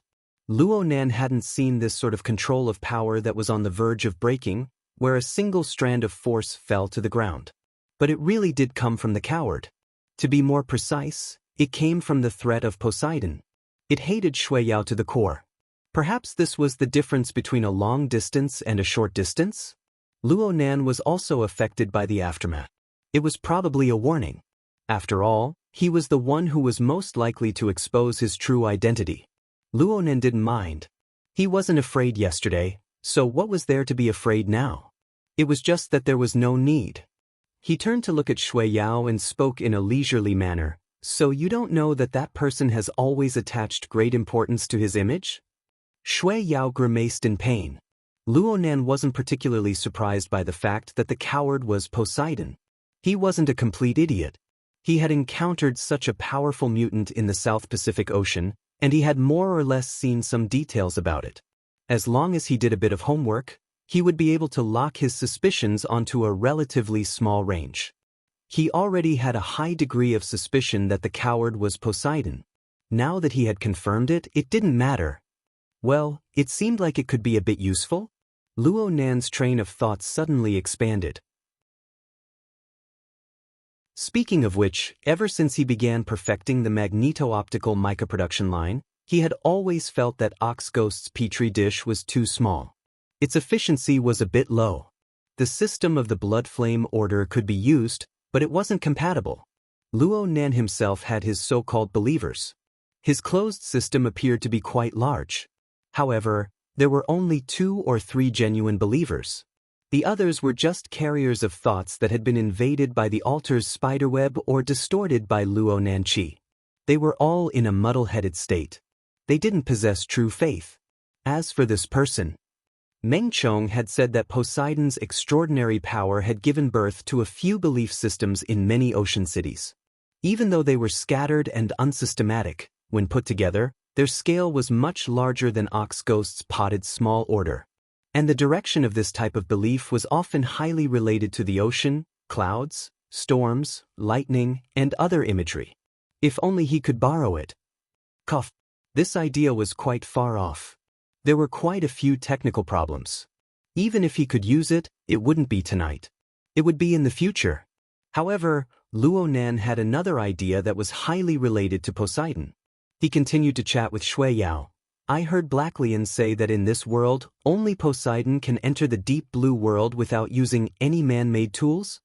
Shui Yao had been given a solid warning, but he couldn't do anything to Poseidon. He felt sullen and followed Luonan with a gloomy face. Shui Yao responded in a bad mood. You want him to take you there? Swallow you into his stomach and spit you out when we get there? The difficulty might be a bit high. Luonan believed that the highly sensitive Poseidon was able to perceive the conversation that involved Poseidon. However, Poseidon maintained his silence. Was it disdain, or was it afraid of something? Perhaps they could talk about this later. The twists and turns caused by the hole in Shui Yao's brain didn't cause any substantial effects in the end. Aside from Luonan, the group of people knew the layout of the venue like the back of their hands. They arrived at the auction venue without a hitch. Luonan didn't know how the damage to the original booth would affect the layout of the auction venue. He didn't care about this. He would just go wherever Her Majesty Empress Wu led him. The one who opened the door was Meng Chong. This was the chief warrior of the Blood Flame Order. He had originally followed Luonan out to sea, but now he had become Her Majesty Empress Wu's bodyguard. Meng Chong let out a sigh of relief when he saw Luonan. He bowed in greeting. Mr. Luo, Her Majesty Empress Wu has arrived. At this time, the sound of a hammer falling could be clearly seen from the large screen at the front of the room. It's already begun? Think about how many demonstrations you've seen on the way here. Zhang Yingying was the first to walk past him and enter the room. She shouted at Her Majesty Empress Wu, who was sitting on the sofa. Boss, you finally brought them over. Her Majesty Empress Wu grunted in response to Zhang Yingying's coquettish behavior. Her long black hair was tied up casually, resting on her chest. Her body leaned against the armrest of the sofa, and she slowly flipped through the pages of a book. She didn't even raise her head. She lacked interest in the auction that had already begun. As for the drunk by Xinyan, she called out, "Boss," from a distance. Then she walked on her tiptoes and sat on the other end of the sofa. She propped her arms up, raised her head, and breathed heavily. Her Majesty Empress Wu didn't care. As for Luonan and Shui Yao, she simply pretended that they didn't exist. It seemed that nothing was more interesting than the Buddhist scripture in her hands. Luo Nan's gaze quickly swept over the three women in the room. He had questions in his mind, but there was no need to get answers on the spot. In the end, he still focused on the large screen at the front of the room. Well, he wasn't just relying on his eyes to see. The auction had already begun, but there were problems with the venue, the auction items, the finale program, and even the mastermind behind the scenes. It would be strange if this event could be held well. Luo Nan was at least 20 minutes late, but the atmosphere in the venue was still chaotic. Whether it was in the Great Hall or in the rooms scattered everywhere, practically no one was able to smoothly enter a state of mind. Many people were the sources of gossip, and at the same time, they were broadcasting towers. All sorts of information and emotions flowed within the venue and brewed on the spot. Blood Demon stood shoulder to shoulder with Luo Nan. He adjusted his state of mind from the small twists and turns just now, and he revealed a smile once more. What do you think? You single-handedly created this scene. Don't you feel a sense of accomplishment? I'm not familiar with them, and I'm basically unrelated to them. I don't feel a fucking sense of accomplishment. But you need to know that the people here, as well as the people who are paying attention to this place through remote signals, can mobilize wealth and power. They can practically decide the life and death of a third of the people on Earth. Remote? Does the auction allow telephone bidding? Blood Demon couldn't get Luo Nan's focus. He was stunned for a moment before responding, "It's hard to say for collectibles. After all, they're similar to works of art. The tempo is always fast. But there are some assets and technical auction items that are more suitable. That's quite ideal. Have you thought about which one to choose?" Luo Nan blinked his eyes, his face pure. "Didn't you say you wanted to add a program, stir up some gimmicks, and do some operations for the Card Group magazine? You want me to provide cards? I just had a good idea." Blood Demon showed a rare hesitation. This doesn't feel right. Luo Nan didn't care about Blood Demon's thoughts. He continued speaking. "Remember that you want to release a commemorative copy? Since you want a door god, some options are very appropriate. Which one do you choose? Or do you want both?"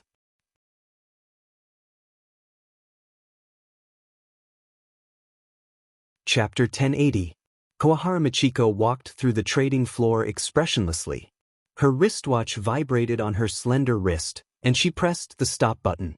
This action had been repeated many times. "Manager Kawahara." The subordinate behind her couldn't help but remind her because the call was directed to him. "It's a call from the vice president. He wants you to pick up the phone." "Hang up." "Huh." "Hang up," Kawahara Michiko repeated. This was tantamount to giving a footnote to her own choice. She had been sent to the jadeite light from a faraway place to be used as a sacrificial pawn. The higher-ups of the auction house and the shareholders of a higher level did not think that they could rely on words and so-called sincerity to make the youngest extraordinary, who was showing off her sharpness by the day, turn a mess into a friend. What's more, sincerity was nothing more than sincerity. No one was willing to raise the price and throw themselves into the abyss of hatred that they were destined to receive no return. It was even more impossible for this to affect the Amaterasu Order's impression of their god. This was just a routine procedure. Kawahara Michiko had been sent here merely because she possessed more reasons to be dug out. 1. She was a rare female among the higher-ups. 2. She was quite beautiful, and she might conform to Luo Nan's legendary aesthetic standards. 3. She once had some so-called friendship with the woman Luo Nan met in Osaka City, Kitayama Uehui. Actually, they had only met a few times in business settings. These so-called reasons had all turned into dog's hit after Kawahara Michiko and Kitayama Uehui failed to contact each other. Instead of thinking about these *T reasons and considering the consequences that couldn't possibly be worse, she might as well take another gamble. She had to think about the consequences that couldn't possibly be worse. Up ahead, Luo Nan's room was already in sight. "Manager, the auction has already begun."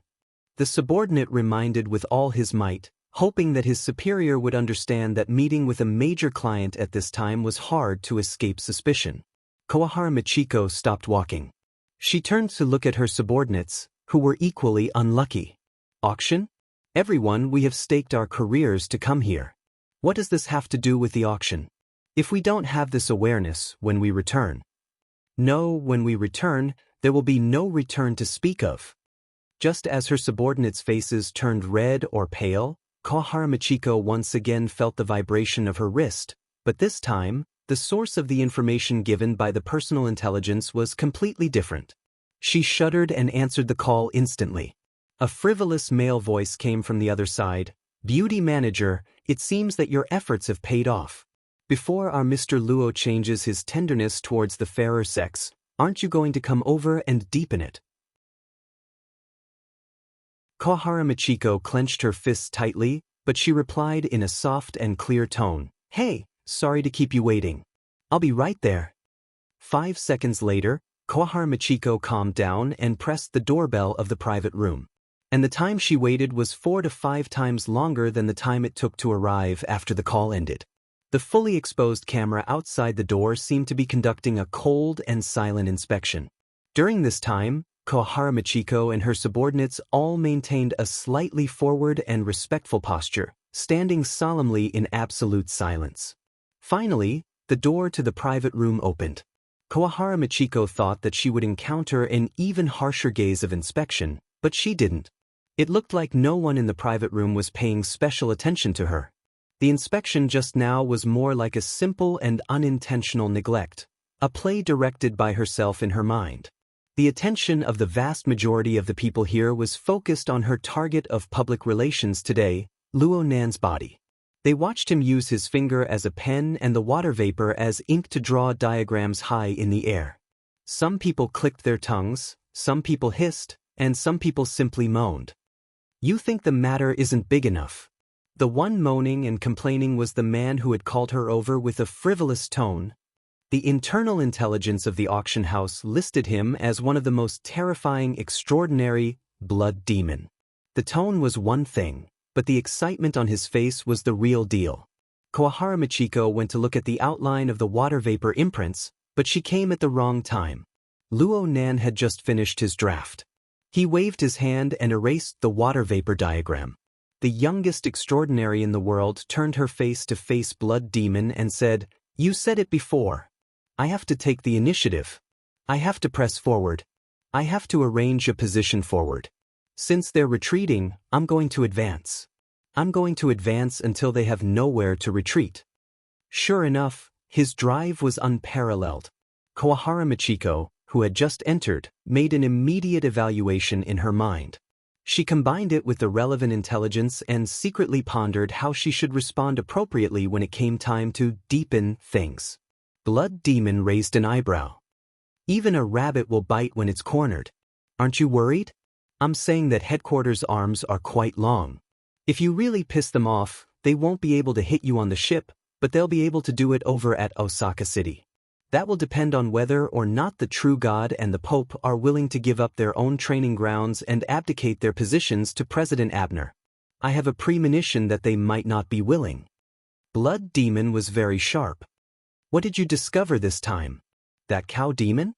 Luo Nan's mood was quite relaxed. He pursed his lips in the direction of Kohara Michiko and casually joked, "Are you preparing to silence her next? Saying that you have tender and protective feelings for the fairer sex isn't wrong in the slightest." Kohara Michiko could only pretend that she was deaf after being treated as a target of ridicule. Her eyes were focused on her nose was focused on her mouth, and her mouth was focused on her heart. She stood still like a statue, not adding any variables to the conversation between the two big shots. Sure enough, Luo Nan was the first to return to the main topic. "I just feel that Lord's secret contract looks like he's going to make a big deal out of it. With him backing me from the back, I'm emboldened.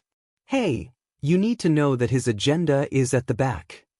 Haven't I seen the materials already? I'll be careful not to stray off topic.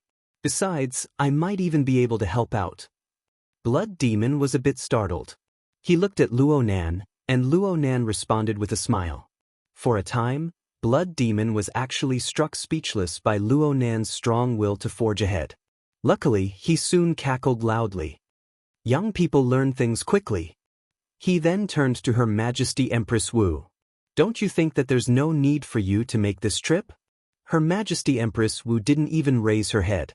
Her fingertips slowly flipped a page. Do you want to make a bet? No, I don't want to raise a flag. Blood Demon tactfully backed down.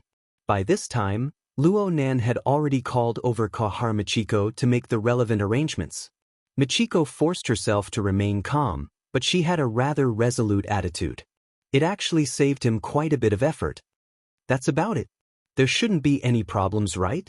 Of course there were problems, but Kahar Michiko wouldn't reveal any awkward emotions in front of Luo Nan. She bowed once more.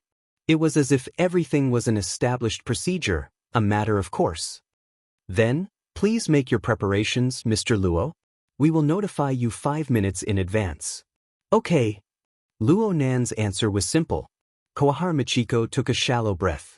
She maintained her bowed posture as she backed out of the door.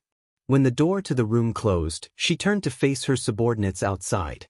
Her eyes were completely filled with a sharp, cold, and hard light. From now on, it will be time to test everyone's resolve. What sort of resolve? Kawahara Michiko didn't give a clear answer, but at this time, many people naturally came to a realization. It was loyalty, and it wasn't necessarily towards the auction house. It was towards Executive Kawahara himself. This was a bit more subtle. In any case, Executive Kawahara, who had received some sort of order from within the room, seemed to be the one who truly held a resolve to act.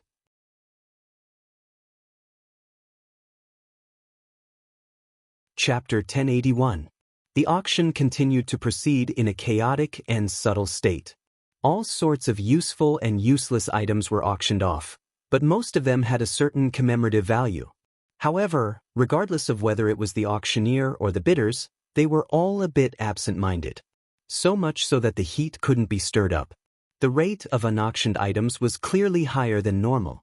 Under this sort of atmosphere, it was quite normal for 1 or 2 unauctioned items to be auctioned off. Kenta Toyama is probably beating his chest and stamping his feet. They gave you such a good excuse in vain. They just think so. Bai Xinyan rested her chin on Zhang Yingying's shoulder and laughed softly. Someone has his face raised to the sky. Maybe he only has eyes for the sky. No, he only has eyes for the sea of stars.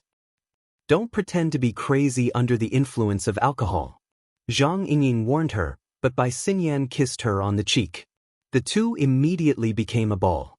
Luo Nan ignored the small chaos in the room. He continued to prepare in an orderly manner. He asked Blood Demon to introduce a few more details about the painting materials he was going to use. In other words, the secret deed and the special stylus. It looked like he really was going to paint.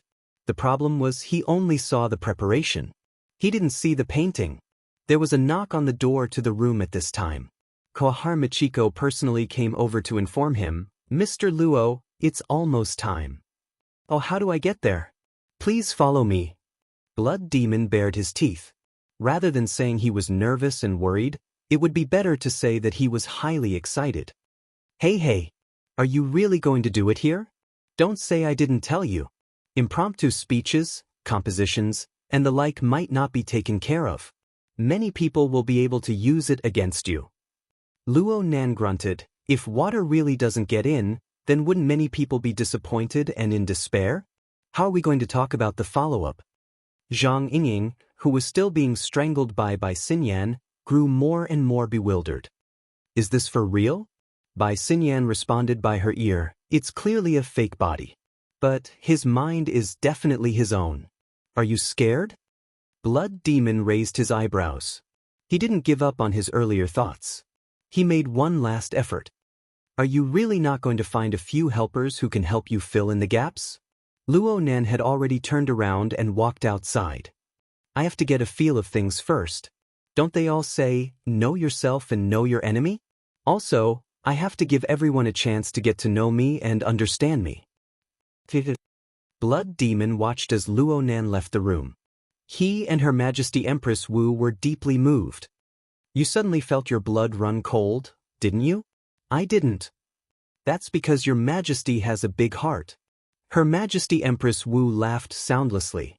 She explained a bit more, which was rare for her. He just has a sharp gaze and can see through people's hearts. Then, he does what he can to make people feel uncomfortable. From the looks of it, he's still at the stage where he's just acting on his own whims. Even if he's thinking about it, it's not thorough. It's just that you guys can't understand the boundaries of his thoughts, so you're just scaring yourselves. Your Majesty, is that what you think? The blood demon immediately came over. Since we're talking about borders, where's our little brother's border? Why don't we compare? The martial emperor neither agreed nor disagreed. The blood demon rolled his eyes and said with a smile, "Then I'll go first." As he spat out these words, the blood demon smiled, but he stared closely at Her Majesty Empress Wu's expression. The problem was that the latter was still too lazy to even lift his eyelids and said, "Great minds think alike." Zhang Yingying, who was at the side, could see through the blood demon's overly impatient thoughts. She curled her lips, but soon called out, "It's on stage, it's on stage." Before she spoke, the ring screen in the private room had already begun to display a different image. The auctioneer on the stage had just ended an unsuccessful round of auctions. Not only was his mouth parched, but his face and hair were also covered in a layer of fine sweat. This was all because of the chaos caused by the situation that had gotten out of control.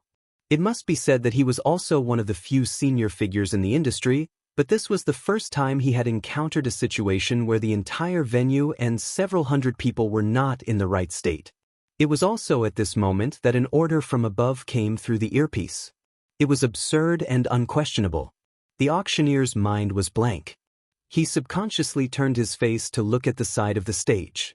Just at this moment, the light on and below the stage changed.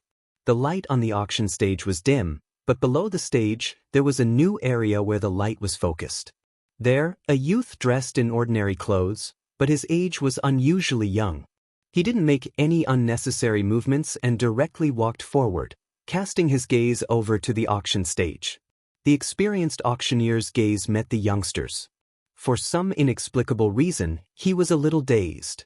The absurd order that entered his ears seemed to have become his own thoughts, and he blurted out in a daze. "The next auction item will be displayed by the auction house's special guest." Halfway through his sentence, the auctioneer paused. This was because he clearly saw that after the youngster walked onto the stage, his originally casual and informal attire actually transformed out of thin air into a rather decent formal suit. He even wore a bow tie. The only difference was that his age did not match. Why did this formal suit look exactly the same as him? The auctioneer's face was full of shock, and he was stunned on the stage. For a portion of the bidders below the stage, the series of changes had a rather dramatic effect. There was clearly going to be an exchange between the experienced auctioneer and the youngster who had suddenly appeared and performed magic. After all, not everyone was filled with such thoughts. There were quite a few people on this enormous cruise ship that gathered the most cutting-edge researchers and investors in distortion technology. They were completely ignorant of the undercurrents beneath the auction. And it was precisely this group of people who rather approved of the stage effect before their eyes. They began to applaud and laugh out of sincerity or out of politeness. There was indeed quite a bit of momentum. But not long after, these claps and laughter were extinguished by the indescribably stagnant atmosphere around them. This caused the atmosphere of the auction to become even more bizarre. Luo Nan smoothly replaced the original auctioneer under the attention of all sorts of gazes. He stood behind the auction stage. The stage was a bit high, but it was still acceptable. He stood still and faced the participants of the auction like this, as well as the various cameras. He took a light breath and revealed a smile towards the place where the laughter had first come from. He used a seemingly professional tone to begin his speech. "Ladies and gentlemen, I'm very sorry. Actually, I really wanted to say that those of you who can still laugh right now, please leave immediately. This is because you don't know anything. This is a good thing. Sometimes, knowledge itself is pain. The best way to preserve happiness is to maintain ignorance." These words caused the expressions of many people to change. Luo Nan continued speaking without a care. "Please forgive me if my words have offended you. After all, I'm young, and this is my first time on the stage. I'm not an expert in matters such as auctions. The reason why I'm able to cross over to host is because I have a background.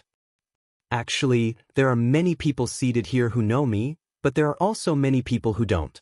There is indeed a certain distance between my circle and everyone else's. Therefore, before I introduce the auction item, please allow me to introduce myself.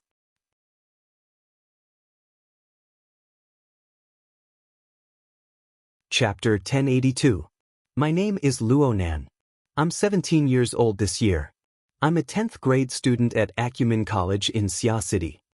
Luonan was very serious and very solemn as he announced his true identity from behind the auction stage. It was because of this truth that a sense of dislocation was formed. This caused this auction to instantly become the scene of a youth group's speech competition. Emotions of astonishment and absurdity interweaved within the brilliantly lit auction house. Even though Luonan had just given them a cold stab, there were still quite a few people present. They hesitated whether or not they should laugh and support him. In reality, the atmosphere of the auction house was indeed slipping towards a speech competition. Luonan stood ramrod straight, allowing the auction stage to cover most of his body from his chest down. The visual effect really couldn't be described as tall and straight. Only his enunciation was clear. There's one reason why I'm standing here. It's because of the current auction item. The large screen behind him displayed the equipment that had been moved out from the 70 format laboratory and the corresponding annotations. It let all the bidders present know that this auction item included the original location of the wilderness laboratory that housed this equipment in addition to the equipment on the stage. This was a temporary layout of the auction house. The original stage was originally planned to be on the lower level, but it was already being pulled up to display the real thing. But due to Luonan's methods, the stage was torn to pieces. It was already impossible to continue with the original plan. It could only be transferred through the lens. It was hard on the staff of the auction house. These professionals specialized in visual effects were able to use light and shadow effects to create a desolate feeling of order amidst the chaos within the lens of this chaotic scene. This gave off a bit of a feeling of a stage play. Luonan seemed to be moved at this time. This is what my grandfather who has gone mad, my father whose life and death is unknown, and my mother who has already passed away. There are also a few seniors that I know and don't know. They single-handedly created this place in the wilderness. It represents their life experiences and achievements. It is also one of the few places that I know of that I can pay homage to. The dislocation of the bidders below the stage became even more clear. Some people were hesitant, wondering whether or not they should accompany Luonan with tears of sympathy to show their cooperation. Of course, there were even more people who were confused by Luonan's inexplicable speech. The whispers within the auction house were getting louder and louder. People needed to clearly understand the true logic behind this absurd scene. But at this time, Luonan laughed first. After saying so much, everyone should be able to tell that I obviously don't want to sell it. But someone beat me to it and sent it to the auction house. They even deliberately came to show off to me. There's nothing I can do. Luonan just smiled like this. His gaze swept across the field. It didn't matter if it was the hall or the private room. As long as he wanted to look, there was nothing that could obstruct him. At this time, he was the focus of everyone's attention. Luonan raised his left hand and gestured with 2 fingers. As for the other reason, isn't there a saying? No. In order to prevent this kind of thing from happening again in the future, although I am not a member of this circle, I must come here to face all the buyers and communicate with as many people as possible. I need you to know me, my mood, my thoughts, and my decisions, and to be able to seriously refer to and evaluate them. It's even better if you can get the corresponding respect. He was clearly smiling, but because of these words, the noise in the venue suddenly weakened. Many tycoons and experts who were whispering to each other subconsciously raised their heads and looked at the stage. His words were subtle and filled with hostility. Luonan continued to express his position. I'm still a student right now. I don't have a formal job. I can only rely on my limited lecture time to obtain some labor fees. At the same time, he had a lot of expenses, such as personal experiments, family security, and other miscellaneous expenses. He also owed a lot of debts, and his assets were really limited. He really did not belong to the same world as everyone else, and basically did not follow the same logic. Therefore, I can only use other, unconventional methods that everyone might not be familiar with to achieve my goals. Here, I have to thank the Toyama auction house for giving me such an opportunity, allowing me to host this event and use this place to communicate with everyone. The trouble caused to the auction house. Mr. Toyama, right? Although you're not here, you should be paying attention to this. Luo Nan took the initiative to accurately find the camera. He borrowed the signal of the live broadcast to communicate with someone tens of thousands of kilometers away. Like this, I'll treat it as the interest you guys paid. I'll also consider forgiving you guys. Whether or not there were people smashing cups in Banching, thousands of miles away, they didn't know. But at this moment, the venue was already completely silent. He looks just like a terrorist. Abner, Constance, Star Shaman, and Romanus sat together in a certain luxurious suite some distance away from the venue. These four extraordinaries, who served in the Ability Users Society's headquarters, were watching the live broadcast of the auction. Actually, they were looking at Luo Nan's attitude and performance. However, the evaluation was not made by any one of the four. It was made by the old Witch of Death, who grew increasingly talkative as she grew older. Her real-time vibrations on the mental plane were enough to ensure that she could communicate with the other four extraordinaries without hindrance. Star Shaman was freed from the awkwardness of being a sound transmission puppet. His mouth appeared to be exceptionally lively, echoing with his teacher as he reprimanded Luo Nan. Is he trying to push the wall? Is he trying to expose the disputes of the inner world in front of everyone? This doesn't conform to the agreement we signed with the Star Alliance Committee.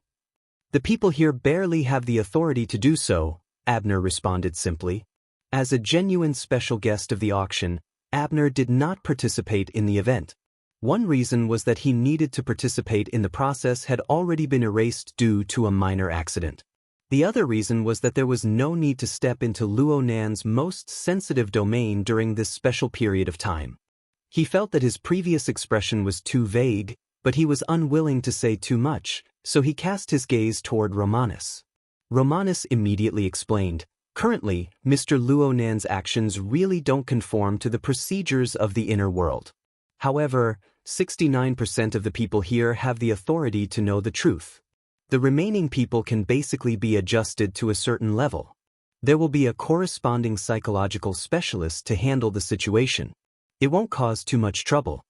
Romanus paused for a moment before adding, "When inviting others to participate in this sort of fringe event, it is clear that the inviting party and not the invited party that should bear the costs and the corresponding responsibilities. The Toyama auction house is not thorough enough in this regard." The corner of Star Shaman's lips twitched, but he just laughed it off in the end. In any case, it didn't matter if Abner said it himself or if Romanus explained it on his behalf. The change in attitude that was manifested was not something that could be hidden from others. Everyone present understood the reason. Death Shaman's telepathic thoughts flowed through the void, containing a subtle meaning. This kid doesn't seem like someone who can cooperate.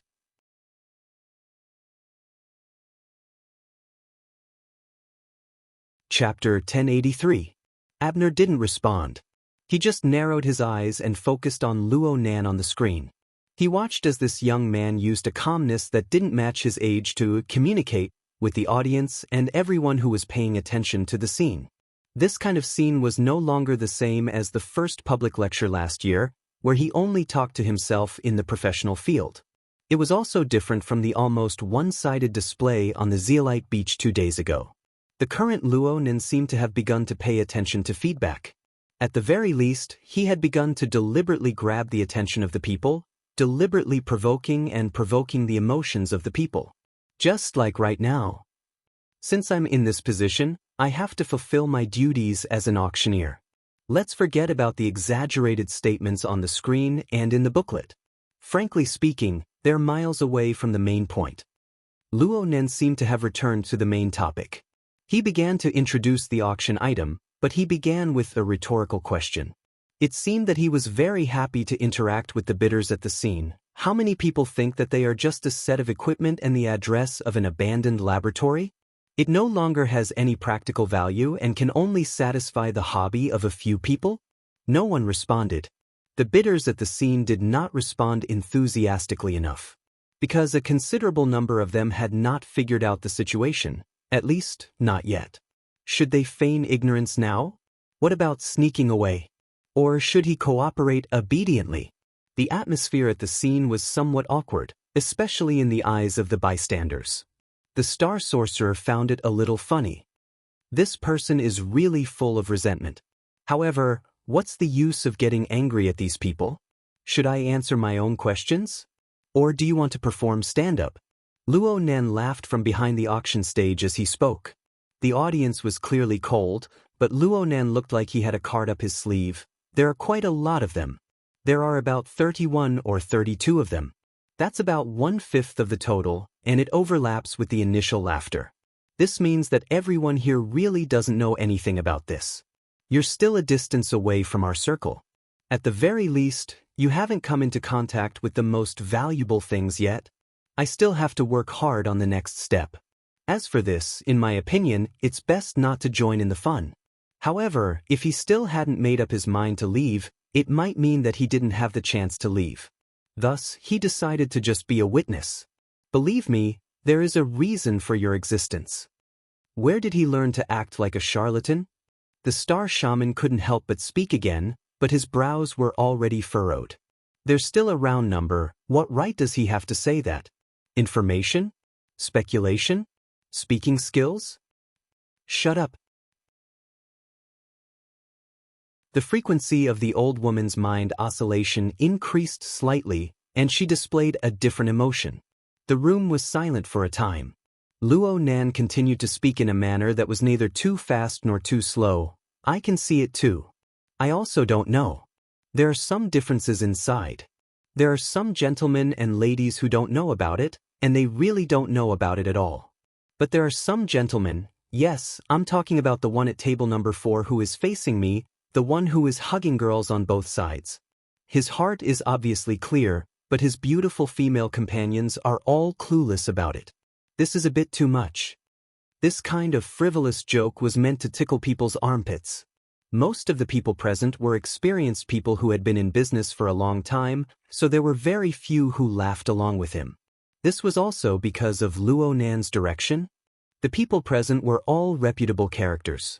They were directly called out by name, and the surrounding gazes were focused on them. It was hard for them to keep their faces. However, the person who was named was really stunned. It was obvious from his appearance that he was shocked. His anger was greater than his anger, and he had a classic expression on his face, as if his thoughts had been exposed. Don't be embarrassed, mister. Thank you for hearing about me from who knows where. Even though I don't know what your name is, there are quite a few people like you who are too much. Everyone should know this in their hearts. I know this as well. Luo Nan's bright gaze swept across the room once more. It seemed to be undirected, but practically everyone subconsciously lowered their gazes. They averted their gazes to avoid meeting his gaze, which seemed to be able to pierce through all secrets. Abner wasn't present, but he still unconsciously adjusted his sitting posture. He wasn't sure if Luo Nan really possessed the ability to read minds, but no one present had raised any objections up until now. Moreover, they had instinctively developed fear in their hearts. This proved that Luo Nan had already achieved initial control over the situation. He could place the emotions of over 100 billionaires and industry elites in the palm of his hand and knead them. This was becoming more and more different from past intelligence. Luo Nan began to fiddle with the remote control on the auction stage. He adjusted the display angle of the equipment on the large screen. Actually, there's no need for everyone's thoughts to be too complicated. In terms of pure equipment, only a few people have collectible value. But those who believe that it has collectible value are basically clear about the true value hidden behind it. The main thing is the location of its location, the object of its research, and the fact that it can be grasped. Me. Luo Nan's tone sounded careless. His words came from wherever he was thinking. but it was unknown how many people in the auction house were dripping with cold sweat because of his words. Their legs were trembling. Yes, more and more people were coming back to their senses. They had allowed this killing star, known as the humanoid infrasonic array, to come to the scene and stir up such havoc. How could there be anything good in the future? What's up with the Toyama auction house? What's up with Wang Yu? What's up with those people at headquarters? Could it be that the rumors were true? That the situation had spiraled out of control? There were already people looking all around, looking for a way to escape. There were also people who had begun to summon their bodyguards. Of course, contacting the organizers and co-organizers was also a very common choice. There were people who directly called Abner. Yes, it was through Romanus, the Secretary General. Abner had already entered a state of communication silence. He was the highest leader of the society in this critical moment.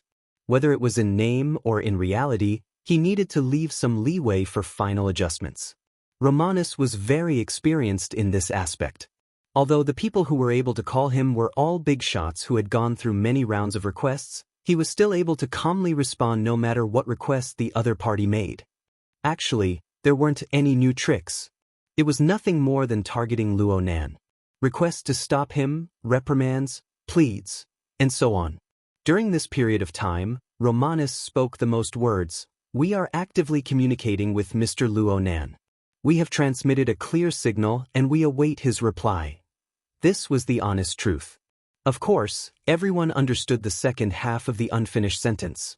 Luo Nan had already received their words, but he didn't give a clear response. Romanus repeated the same sentence pattern and meaning many times, but he didn't show the slightest bit of impatience. He also didn't show any resentment towards Luo Nan. This was because he understood very well that if he were to stand in Luo Nan's position, he wouldn't be clear either.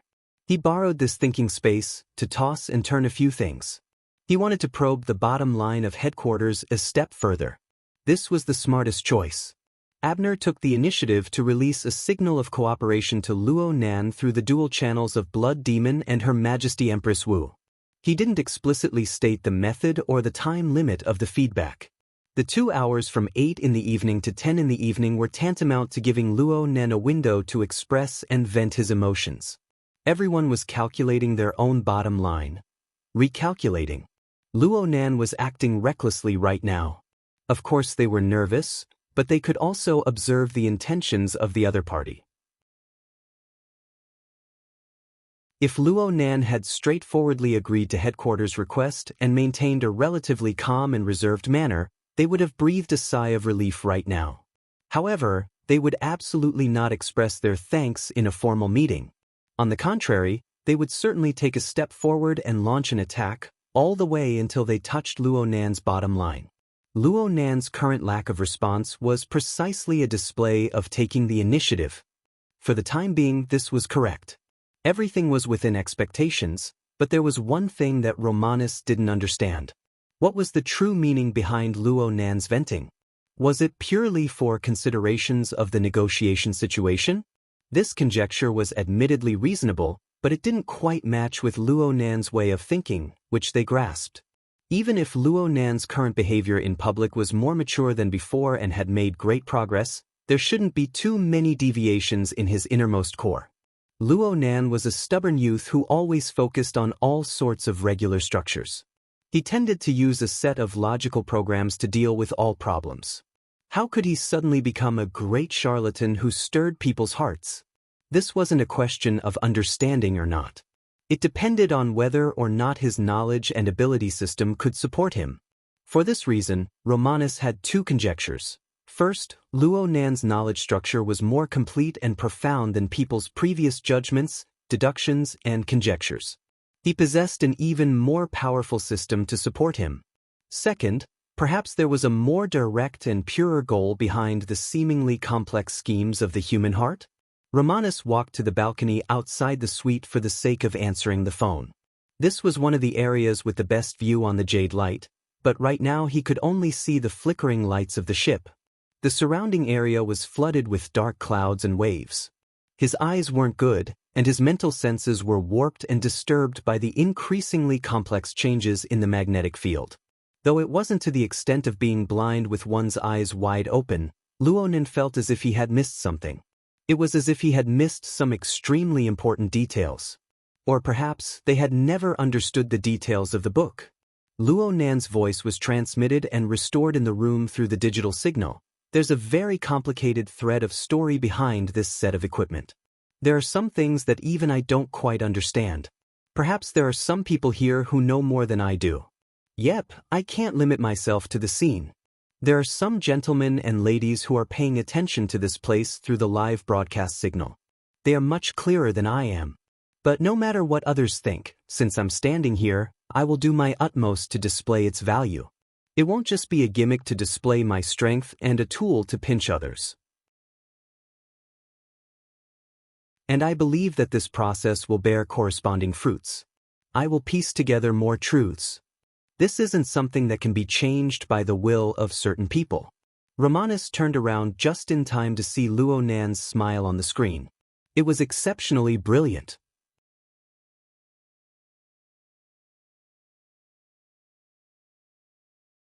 Chapter 1084. What an incredible young man. Michiko Kawahara was standing in the center of the exhibition hall in Area C. In front of her was the arc-shaped booth that was torn apart by an unknown force. But now, the original outline could no longer be seen. People's attention was more easily attracted by the broken cracks themselves. These cracks were so huge that there was no support between the pieces of the booth. It seemed that it was impossible to resist the heavy equipment above and could collapse at any time. However, they stood there steadily. The closer they were, the more details they saw, the more incredible it was. According to the original plan, this place should have been upgraded to the next floor before the auction started and served as the main exhibition area. But at this time, the young man who was talking in the venue directly ruined this plan. However, some pre-installed equipment around it could still work, so this place was temporarily enclosed and used as half of the backstage. At this time, many staff members were walking back and forth here, dealing with various problems, at least on the surface. No matter how busy the staff members were, they carefully bypassed the central booth area. At the same time, there were some researchers with different backgrounds, carrying large and small instruments, carefully walking through the cracks in the steel, trying to find more valuable clues. Two different circles temporarily went hand in hand with each other. Michiko Kawahara was here. Through the ubiquitous screens and projections, she was paying attention to the progress of the auction. She watched the young man who completely distorted the trajectory of her life speak on the stage. He also distorted the thoughts and wills of others. Surprisingly, she didn't have too much resentment. She was more envious, and she thought of her son. If Jia can become like this when he grows up, it should be something to be proud of. She didn't have much feelings for her tool husband, but her stubborn and cute young son was one of the important fulcrum of her life. Just thinking about the future a little, even if it was mostly fantasy elements, could remove some of the barriers in her heart and reduce some of the pressure. This rare moment of freedom did not last for long. Because of the series of changes at the auction site, while the headquarters was under pressure, they also transmitted more intense pressure and even emotions. Bastard! How can you change the process and personnel of the auction at will? Are you going to bet on Toyama's decades of reputation? Michiko Kawahara took a deep breath, adjusted her breathing, and answered with an appropriate calm attitude. Vice President, I am following the instructions of the Board of Directors. I have obtained Mr. Luonan's understanding. I haven't occupied any resources outside of my authority. The voice on the other side suddenly rose a notch. So you're using the reputation of the Toyama family as a bargaining chip and recklessly throwing it out? Obviously, Shingo Toyama, the grandson of President Kenta Toyama, was so angry that he blurted out some inappropriate words. However, he wasn't completely stupid. He forcefully turned the situation around. The Board of Directors only gave you the order to control the unsold, and no other authority. Are you trying to be smart, or are you deliberately avoiding the question? Look at the situation now. That damned brat actually named the president. How much pressure and passivity will this bring to the company? Vice President, forgive me for having a different opinion. Michiko Kohara still maintained a calm tone. I believe that compared to actively creating an unsold auction in public, passively accepting under power should be more reasonable and easier for people to understand. After all, the other side was an influential figure in the upper-class circle. Moreover, as an executive and as a negotiator, I have the authority to temporarily change the process of the first-level auction. No, you don't. Shingo Toyama was practically roaring. If I were merely a sounding board, then the board of directors wouldn't need to send me thousands of miles away to the Pacific Ocean. Michiko Kohara's voice had a bit more of a biting, cold, metallic tone. Forgive me for speaking frankly, but according to your understanding, Vice President, you don't expect or hope for this public relations to achieve results. Is it to avoid a momentary victory that magnifies one's own inferiority under power? There was a crash on the other side, and it was unknown what had fallen. Shingo Toyama's voice was clenched into a ball in his fury. He rolled in his throat. Kawahara, are you sure you know what you're saying? Even if you're the representative of the Kawahara clan. You're throwing your clan's face into the mud when you're saying these wild and absurd words. How shameful, Kawahara. I'm truly sorry. Michiko Kawahara used an insincere tone to respond. I will reflect on myself. Please forgive me for being overly excited after completing this mission. Then she hung up the call. Her lips drew a biting cold arc, and it just so happened that Luo Nan's brilliant smile echoed it. The Kawahara clan? Wasn't she already prepared when she was pushed out without hesitation? Was she prepared to sacrifice herself? There really was a truth hidden in the words she spoke to her subordinates before this. She already didn't have the qualifications to return. At the very least, she didn't have the status as an executive. Before and after she accepted this troublesome task, she had also heard similar rumors, but she could not find any reasonable logic in it. Therefore, she still had a glimmer of hope, and even the miraculous fantasy of a lower class overturning the upper class. But now she was disappointed. It was as she said. The board of directors wasn't prepared to succeed at all. They really did want to abandon her, and only she was allowed to be abandoned. Under these circumstances, her efforts had turned into rebellion. This wasn't a good sign. Michiko Kohara was an outstanding woman who often struggled in the business world, especially in a region like Banshing that traditionally lacked strong women. Her will was very firm for her to be able to stand out. She was already prepared to experience a low tide in her heart. She wasn't prepared to go back and suffer the reprimand and humiliation of those old fellows who had decided her fate. She was aware of the consequences of internal strife, but she couldn't accept this misfortune that was like winning the lottery. She would just directly transfer to a flight in D-City. She would go to the new continent or the old continent's inland cities and nurse her body and mind. She would make plans after the rumors died down. Her accumulation over the years, whether in terms of wealth or connections, was enough to support her to live a leisurely life. Of course, Koji, who was staying in Banshing, was also a problem. The identity of the fourth-generation heir of the Kohar family might not be so secure.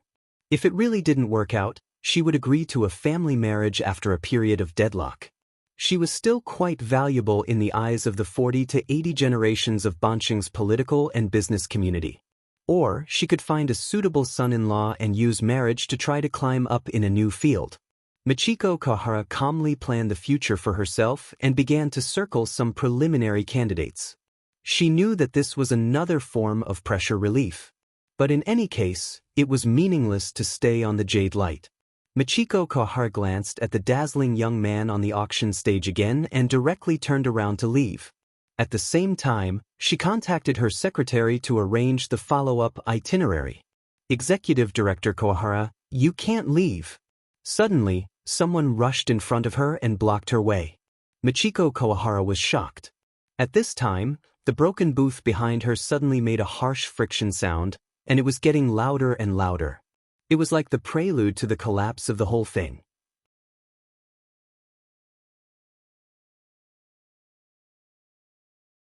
Chapter 1085. The booth shook, startling the backstage staff and researchers, but they did not see any obvious structural changes. In this place, the external structure was not reliable. Some of them were especially excited after the fright, such as Dr. Suncan. While the booth was shaking, he had a strong premonition. At the same time, the surveillance equipment he had brought over also captured a clearer signal. Forward, forward. Oh. In his excitement, Song Khan's instructions weren't clear enough.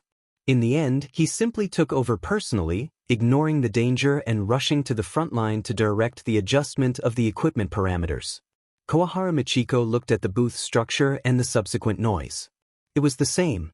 Anyway, a non-professional like her wouldn't be able to see anything, so she turned back and faced the person who stopped her. Minister Kawamoto, I remember that you are the on-site dispatcher. Aren't you going to take a look?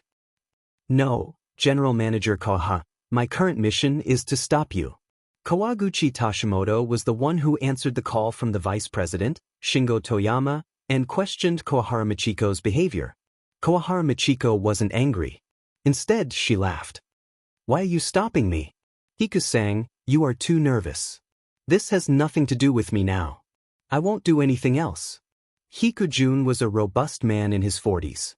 Apart from his slightly sparse hair, his face and body shape were relatively regular. However, at this moment, his face was flushed, and his eyes were shining. He was nervous and excited. Manager Hing, you can't do anything else on the ship, but there's something you must do. You must immediately return to Ban City to report on your work and not anywhere else. Kawahara Michiko shook her head.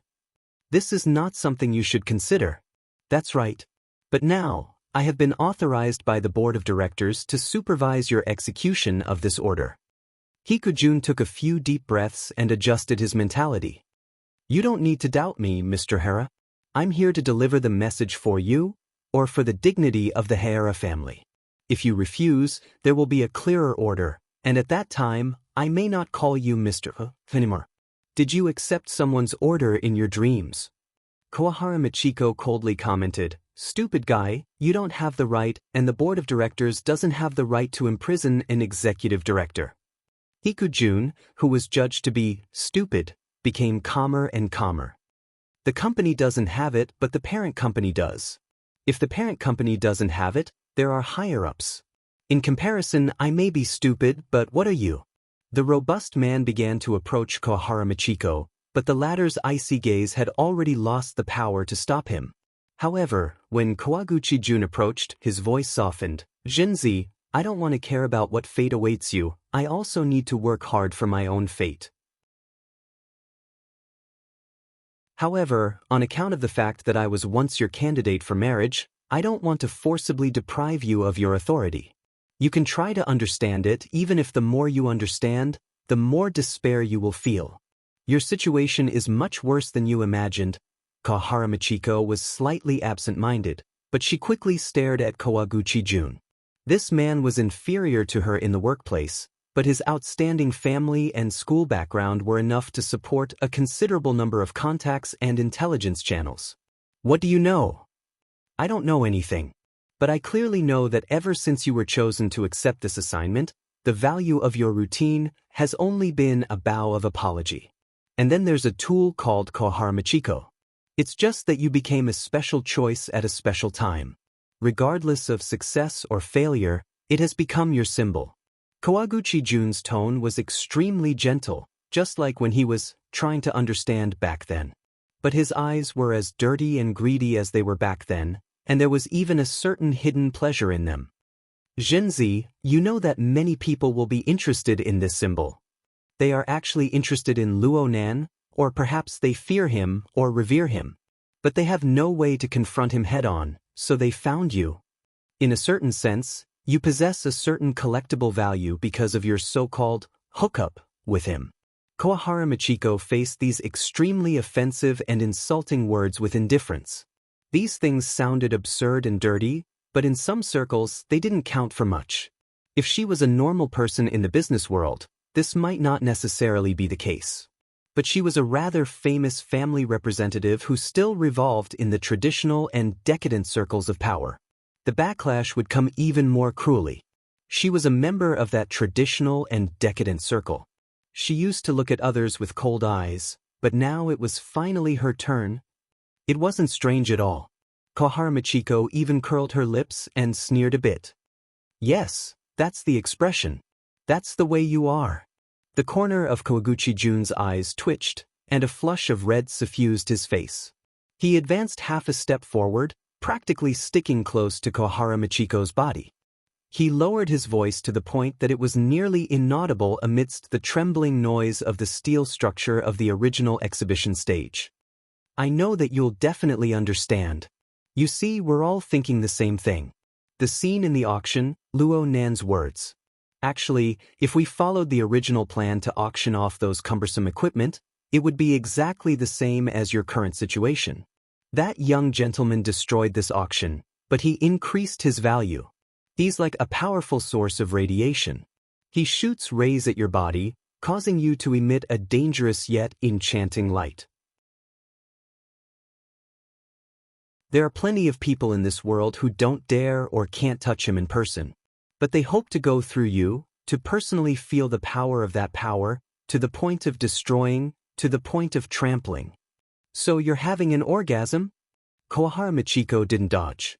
Her smile became even deeper and more mocking. The instant the words left her mouth, she suddenly lifted her skirt and lifted her knee, ramming it toward the lower abdomen of the man in front of her. However, Kawaguchi Jun understood her far too well. Even though his heart was in chaos, he was still prepared. He used his hand to block in a dangerous situation. He broke out in a cold sweat, but he still grinned and laughed hoarsely. It's coming. Michiko, I've always been watching you. In the future, I'll also... Kawaguchi Jun suddenly froze. He was facing the direction of the original exhibition stage. Even though 90% of his attention was placed on Kohara Michiko, he could still receive some information from the corner of his eye, especially the especially obvious ones. It seemed that the original exhibition stage. Before Kawaguchi Jun could figure out what was going on, a shadow strolled over. The shadow reflected the lights of the exhibition stage, only revealing a gloomy silhouette that was reflected in his eyes. You guys racked your brains to torment this kind of restricted plot. Have you ever considered that there are minors present? The young man faithfully restored his slightly hoarse voice. It was quite recognizable. Let's not talk about whether I like it or not. The problem is that your level of concentration is clearly lacking. Shouldn't I be the center of attention? At this time, Kohara Michiko struggled free from Kawaguchi Jun's grip with all her might, pulling away from him. She was still gasping for breath, but she was startled by Luo Nan's sudden appearance. Why was Luo Nan, who was speaking confidently and with assurance on the upper floor of the auction house, here? Her reaction speed surpassed Kawaguchi Jun's by quite a bit. She swept a glance behind Luo Nan and saw that the original exhibition stage was still in ruins. She quickly turned to face the other side of the exhibition stage. Then she felt a bit dizzy. What appeared in her field of vision was no longer the screen that shielded the original exhibition stage. Instead, it was the messy arrangement of banquet tables. There were also over 100 people dressed in formal attire. They were bright and beautiful, but right now they were stupefied. It was as if they were in a dream. The auction house? No. Kohara Michiko turned her head once more, but she saw the original exhibition stage, which was still buzzing and trembling. It was in pieces. Kawaguchi Jun finally reacted at this time, but he was in a much worse state than Kohara Michiko. His rising momentum vanished like smoke into thin air. He turned around a few times in a daze, and his legs became knotted as he tripped and fell to the ground. It was only at this time that his heart, which was filled with bewilderment, was shaken out of his throat. Where is this? No one answered him. Perhaps no one could answer him. Kohara Michiko turned her gaze again and looked at the audience below the stage, at the frightened and stiff bidders. Almost no one was looking at them. In fact, they didn't even pay attention to them from the beginning to the end, even though there was an extremely explosive and delightful plot here. The reason for this was because there was an even more conspicuous, enormous, and inconceivable object and change appearing before everyone's eyes. Kohara Michiko was a person who had been neglected in the cracks. She gradually found reason amidst her dizziness, and she let it display extraordinary effects. She jumped out of her experience and logic. She found a barely acceptable explanation for the situation before her eyes. It was the only explanation she had. The original stage on the lower floor overlapped with the auction stage on the upper floor. The original plan that Luo Nan had destroyed and caused the staff to tear up with tears in their eyes had taken a big turn. Now, it was presented in such a form before the eyes of all the participants present. Had the upper floor collapsed, or had the lower floor been lifted up?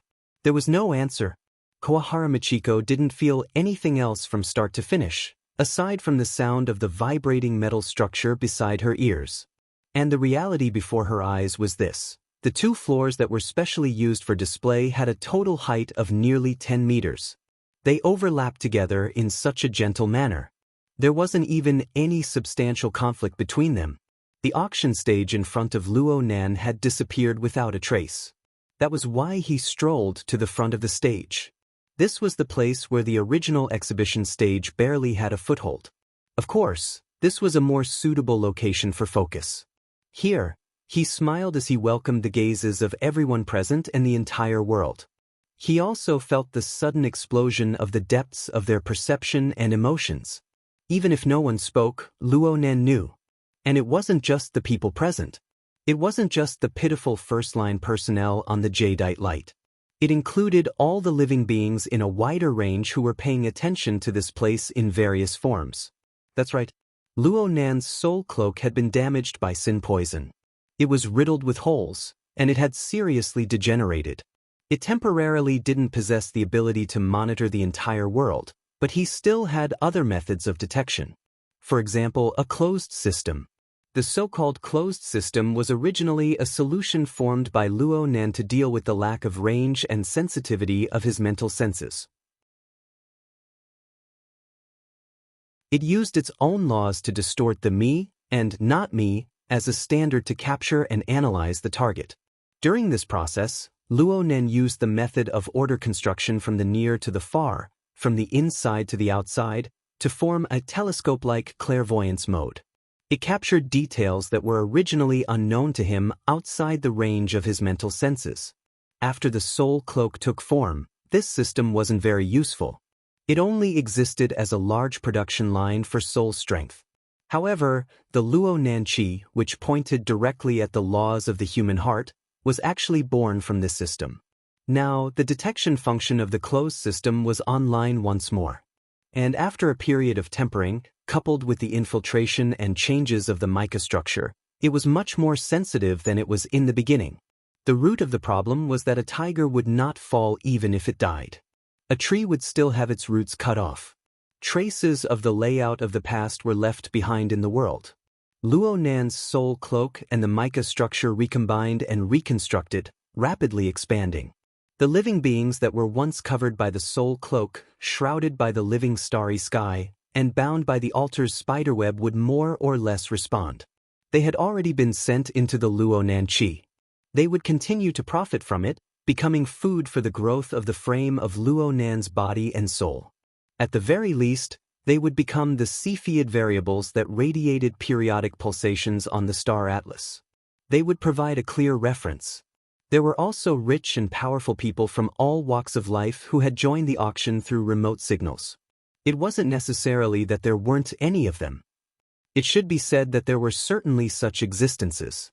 This was the result of Luo Nan's soul cloak, the altar's spiderweb, and even the daytime nightmare covering the 500 million square kilometers of the Earth's surface region. However, the vast majority of these people did not know Luo Nan before this. Or perhaps they knew him but they had no interest in him. They did not directly touch the switch, and they were unable to form a corresponding relationship. The core function of the Luo Nan Qi had always been dormant. Right now, they were just making up for this lesson. The corresponding relationship had indeed been established. It didn't matter what sort of goal these people had in observing, considering, or scheming. For example, the arrangements made against Koahara Michiko were filled with filthy and inferior thoughts. They took pleasure in doing so. But their original thoughts really did revolve around the central axis of Luo Nan. They spun and formed slender threads of sugar. They became ingredients that might not be tasty, but they were indeed usable. The reason why Hikujun was so impatient to reveal his true feelings was because of the interference and influence of the Luo Nanqi. But this wasn't enough. If they had this kind of energy, why did they need to blindly stir things up? Luo Nan believed that the chaotic emotions of these people needed a clearer direction. They needed a more intuitive stimulus. This kind of thing didn't count. And so, Luo Nan clapped his hands. Everyone, focus your attention. The reason I've changed the layout of the booth is to enhance the display effect. I don't have enough experience in controlling the scene. If this little magic trick has troubled everyone, then we need to clear our minds and return to the most valuable level.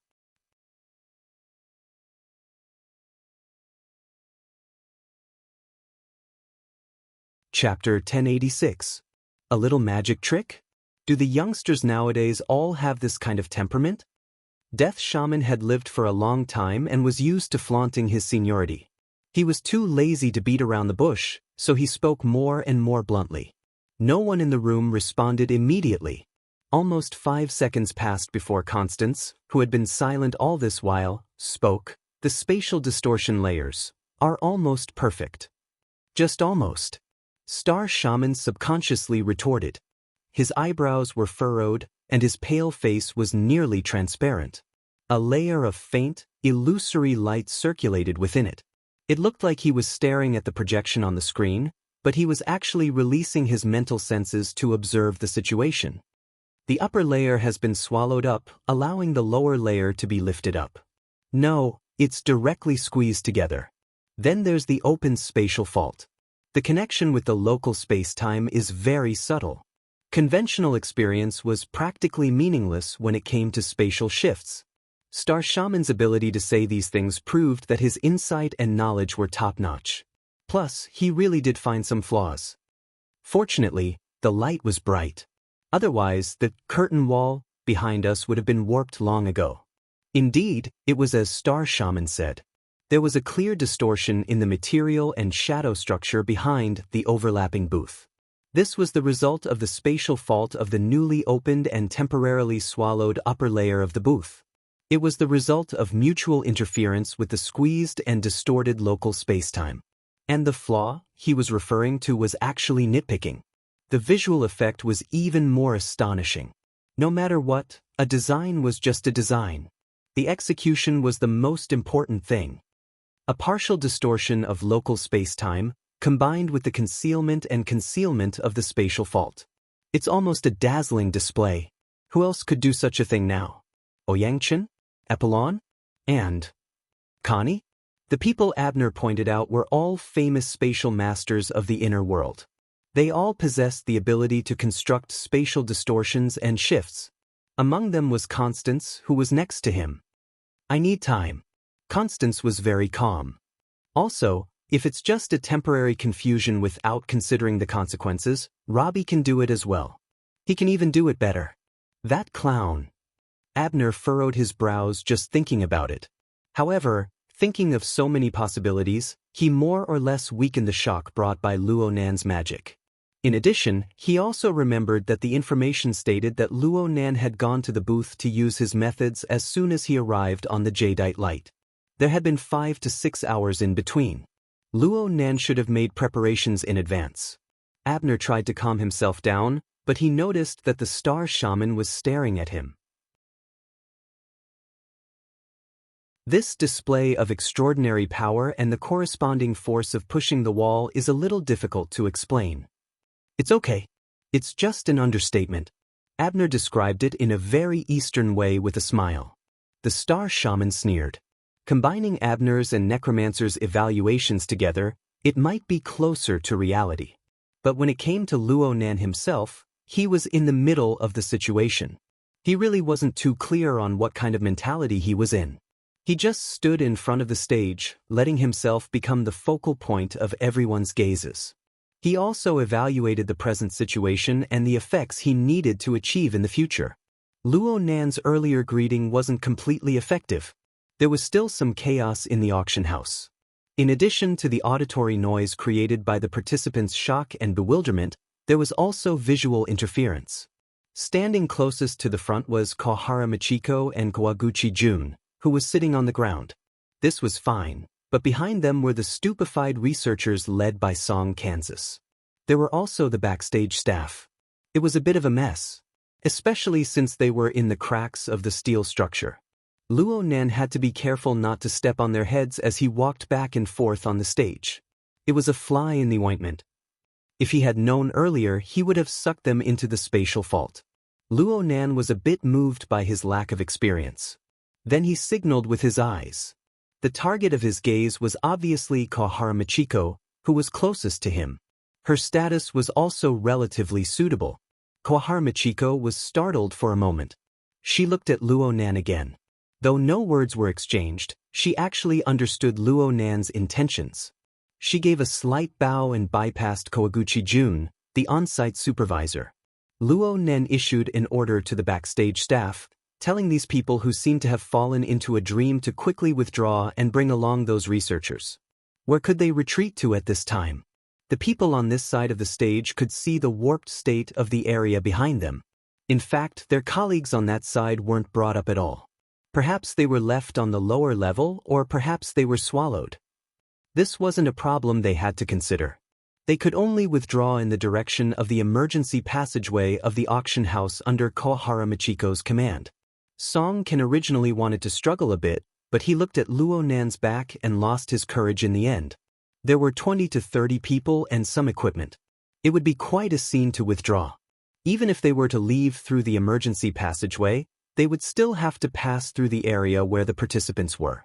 Over 100 billionaires and experts at the scene just stared blankly at the stream of people who had abruptly appeared along with the shattered stage. They passed by them. Suddenly, someone in the front row reached out and grabbed the corner of a staff member's clothes.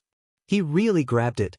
The clamor within the auction house suddenly rose to a new level.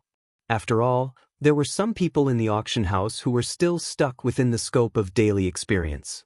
They confused the spectacle before their eyes with the advanced visual technology of the modern world.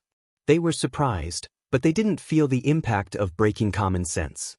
But in the instant the corner of their clothes was grabbed, the boundary between reality and unreality was completely broken. The buzzing noise suddenly became chaotic and even sharp. Many people needed to adjust and adapt. Luo Nan saw all of this with his eyes, and his train of thought became even clearer. Sure enough, AR and VR technology were all the rage in the modern world. The more one saw the visual impact, the more likely it was that they would overlook key things. His methods were a bit more straightforward when faced with this kind of situation. Luo Nan didn't control the scene for the time being. He allowed the clamor to continue, and he had ample time to make better preparations.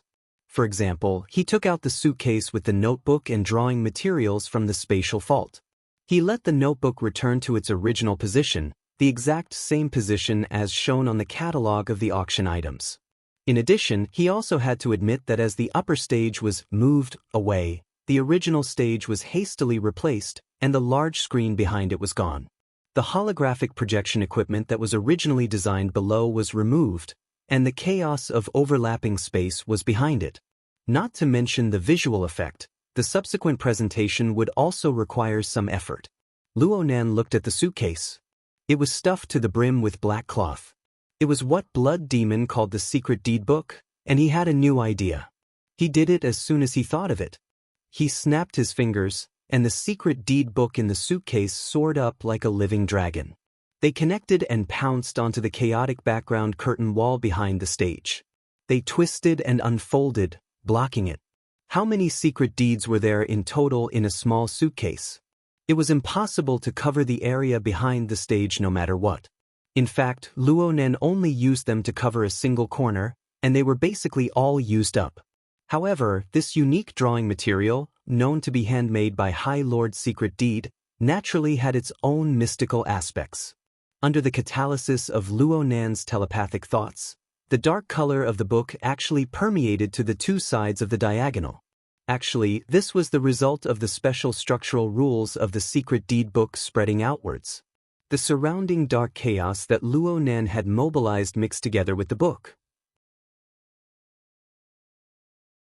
They resonated with each other, and in the span of a few breaths, the curtain wall behind the stage was completely dyed black. Luo Nan wiped it with his telepathic thoughts and nodded. This blackboard was fine, but why did it seem more and more like magic? He shook his head and laughed to himself. He didn't say much. He picked up a paintbrush that was congealed from a special powder and simply crushed the tip of the brush, causing it to return to its powdery state. Then he condensed his telepathic thoughts, forming a brush in the void, and began to paint. H4, a type organic powder, followed Luo Nan's telepathic thoughts to form the most flexible of brush strokes. It could be traced, it could be hooked, and it could be brushed. In the blink of an eye, a diagram was laid out. There seemed to be fine sparks of electricity flickering within, giving off a bit of a laser engraving effect. Practically no one in the audience understood what Luo Nan was trying to do in the end. But humans were visual creatures in the end. The image was clear, and their imaginations came naturally. The first thing that appeared before their eyes was a world map. It was the Pacific Ocean version. Whether or not it was accurate was another matter. In short, it had the same meaning. It even took into account the curvature of the Earth's surface. It vaguely displayed a rather three-dimensional feeling, and it had the effect of slowly rotating from left to right and from west to east. Such a drawing method required parts of the diagram to be born and destroyed, to be similar and to be continuous. There was probably no other artist in the world who had such quick hands aside from Luo Nan. Luo Nan didn't use his hands. He used his soul strength to interfere with reality, which was why he had such ability. The outline of the map was formed. Luo Nan was in the north-central region of the Pacific Ocean, slightly to the right of the 180th meridian. He drew a small circle, clearly marking the current location of the participants present. Then he pulled out an extremely direct line from the marked circle. It still followed the curvature of the Earth. It was like a newly planned route, pointing straight to the south-central plateau region of the old continent. Luo Nan drew another circle there, and then the line powder gathered together. The world map that had just formed was erased in an instant. Then it reorganized and divided, forming a new outline. Soon, one could see that this was the rough topography of the area, and it was still in the process of being refined. This gave off a bit of the flavor of a sand painting. Sure enough, Big Hands were capricious. Can't you just use a projection? Death Witch spat. This time no one responded. This was because everyone, including Death Witch, thought of a problem. Luo Nan had a very detailed grasp of that part of the world. Abner glanced at Romanus, and Romanus understood tacitly. He projected out a satellite map and compared it with Luo Nan's drawing on the blackboard. The precision is very high. Constance murmured. The satellite image was nothing more than this. But Luo Nan drew closer layer by layer, layer by layer. Every time the outline of a scale was formed, he would erase it and enlarge it. It was reasonable to say that he had drawn it in accordance with the satellite image. But the choice was appropriate, and the application was ingenious. It wasn't a simple transfer. Instead, it was a true understanding in the heart, and it was a representation of the outside world. This was a human method, not a mechanical reproduction. Just like this, the scale of Luo Nan's version of the map was enlarged all the way to around 1/500. It actually continued to be enlarged. At this scale, the larger community could no longer fit within his field of vision. But during the process of the image's manifestation, even if Luo Nan didn't say a word, everyone was certain that there was a clear focal point under his pen, and it was constantly drawing closer. Luo Nan used an extremely simple yet miraculous drawing technique to create a vivid and lifelike situation. It was as if he had brought the people of the auction house aboard a passenger plane. The plane was rapidly descending, heading straight towards the depths of the desolate and uninhabited wilderness. Rationally, the extraordinaries were convinced that this wasn't a simple problem of drawing technique. It also involved Luo Nan's guidance on the mental plane. The people at the scene weren't the only ones affected. They were affected as well. They all sensed a certain directivity. This was a hypnotic guidance structure. It was very likely that one would fall for it just by looking at it. This was a function that ordinary projections didn't possess, no matter what.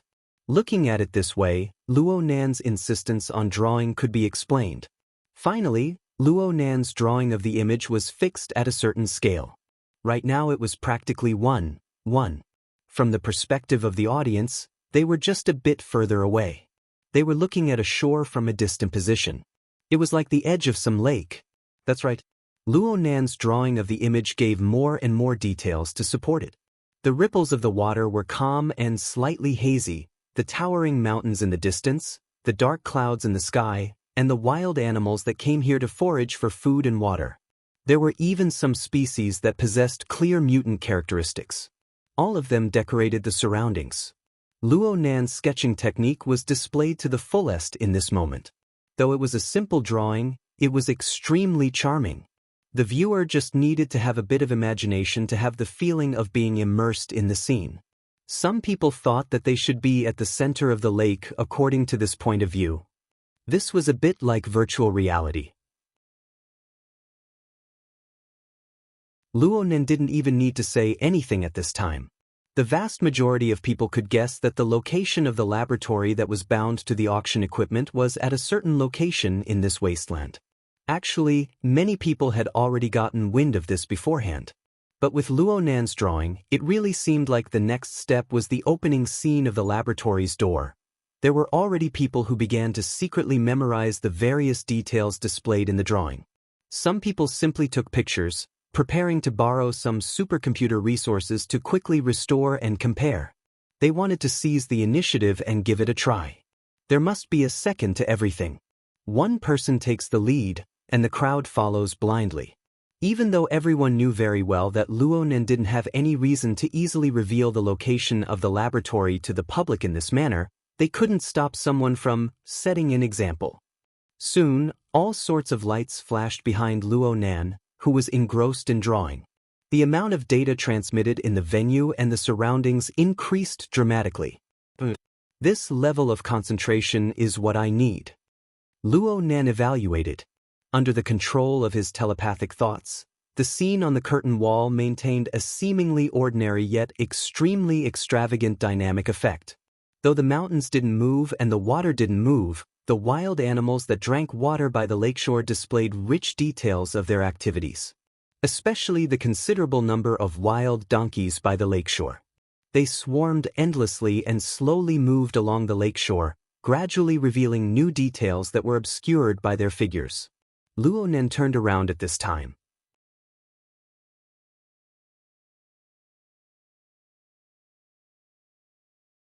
Chapter 1087. The flashing lights shone on Luo Nan's face, reflecting a strange luster. Those who knew the inside story understood that this was the trace of a water vapor fake. Those who didn't know would never think in this direction. Actually, the vast majority of people in the auction house were currently focusing their gazes on the curtain wall behind Luo Nan as they were taking pictures. They had already entered a state of mind. They all wanted to know the ultimate secret and value contained within the ever-changing picture. It wasn't just them. The extraordinaries were the same. They all unconsciously raised their attention. According to Luo Nan's usual logic, he would certainly have to give some explanations here. As long as they could receive more information, they would accept it even if he said that they were just listening to a lecture. They even began to warm up. Death, which asked a question, the plateau region in the south-central part of the old continent. It seems to coincide with a view from 2 days ago? It's the wheel hypothesis, right? Abner was extremely sensitive to similar information. Death, which asked, is there any referential significance? I swept a few glances. The researcher seems to be from Xia City's academic circle. Wu Zuanliang and Ding Jing are both world-class experts in the field of mutated ecology. They didn't directly analyze the structure of space and time. Instead, they provided circumstantial evidence from the field of ecology. They are quite insightful, and the academic world's evaluation of them is quite high. Romanus would never disappoint when it came to the details of information. However, Luo Nan disappointed them a few seconds later. It's pointless for you to want to know the specific location of the laboratory. Actually, you've already seen the reason. Take this booth for example. It involves a few techniques related to the structure of space and time. I don't need to explain the specifics. Most of you won't understand anyway. The group of extraordinaries looked at each other in dismay. They only heard Luo Nan continue speaking. All you need to know is that the research direction of this laboratory is spacetime. If you must find a specific reference, the deep blue world is more suitable. Luo Nan's pupils flickered with an extraordinary splendor. They were reflected in the eyes of practically everyone present. You should all know about the deep blue world, right? Many people's eyes flashed. Regardless of whether they had a basic understanding of the word laboratory, they all knew the words deep blue world. There was no need to mention the meaning and value it represented. Luo Nan turned his hand and pointed behind him. The founders of the laboratory are also searching for another deep blue world over here. At the very least, I believe that there is an extremely high possibility that there is a new plane similar to the deep blue world. Perhaps it is a complete land of resources and treasures. Perhaps it is a shattered wreckage. But there is certainly such a plane. This is because you can see traces of two areas of space and time coming into contact and colliding over there. As he looked at the noisy scene in the auction hall, Star Shaman suddenly let out a chuckle and pursed his lips. He has ulterior motives. Of course, these extraordinaries from headquarters knew the inside story. They were even more aware that the 70 format laboratory itself was admittedly a research topic related to spacetime. However, it was still quite a distance away from a major discovery like the deep blue world. Of course, if Luo Nan himself knew the information, then it would be a completely different matter. The problem was that Luo Nan had omitted a very crucial element. He only used the simplest of analogies to crudely provoke the emotions and greedy thoughts of the bidders. The facts were very clear, but the motive was very subtle. Was Luo Nan doing what the enemy wanted to do ahead of time, leaving the enemy with nothing to do? Regardless of what the bystanders thought, Luo Nan was currently smiling on the stage. It looks like everyone is quite familiar with the deep blue world. I'll take the liberty to ask, but how many of you in the auction hall and from all over the world have invested in the deep blue world? It seems like a lot of people have. How much is the annual profit? The attendees below the stage really didn't know how to respond to Luo Nan's awkward chatter. In addition, Luo Nan gave them a serious feeling of unease. The pressure continued to rise.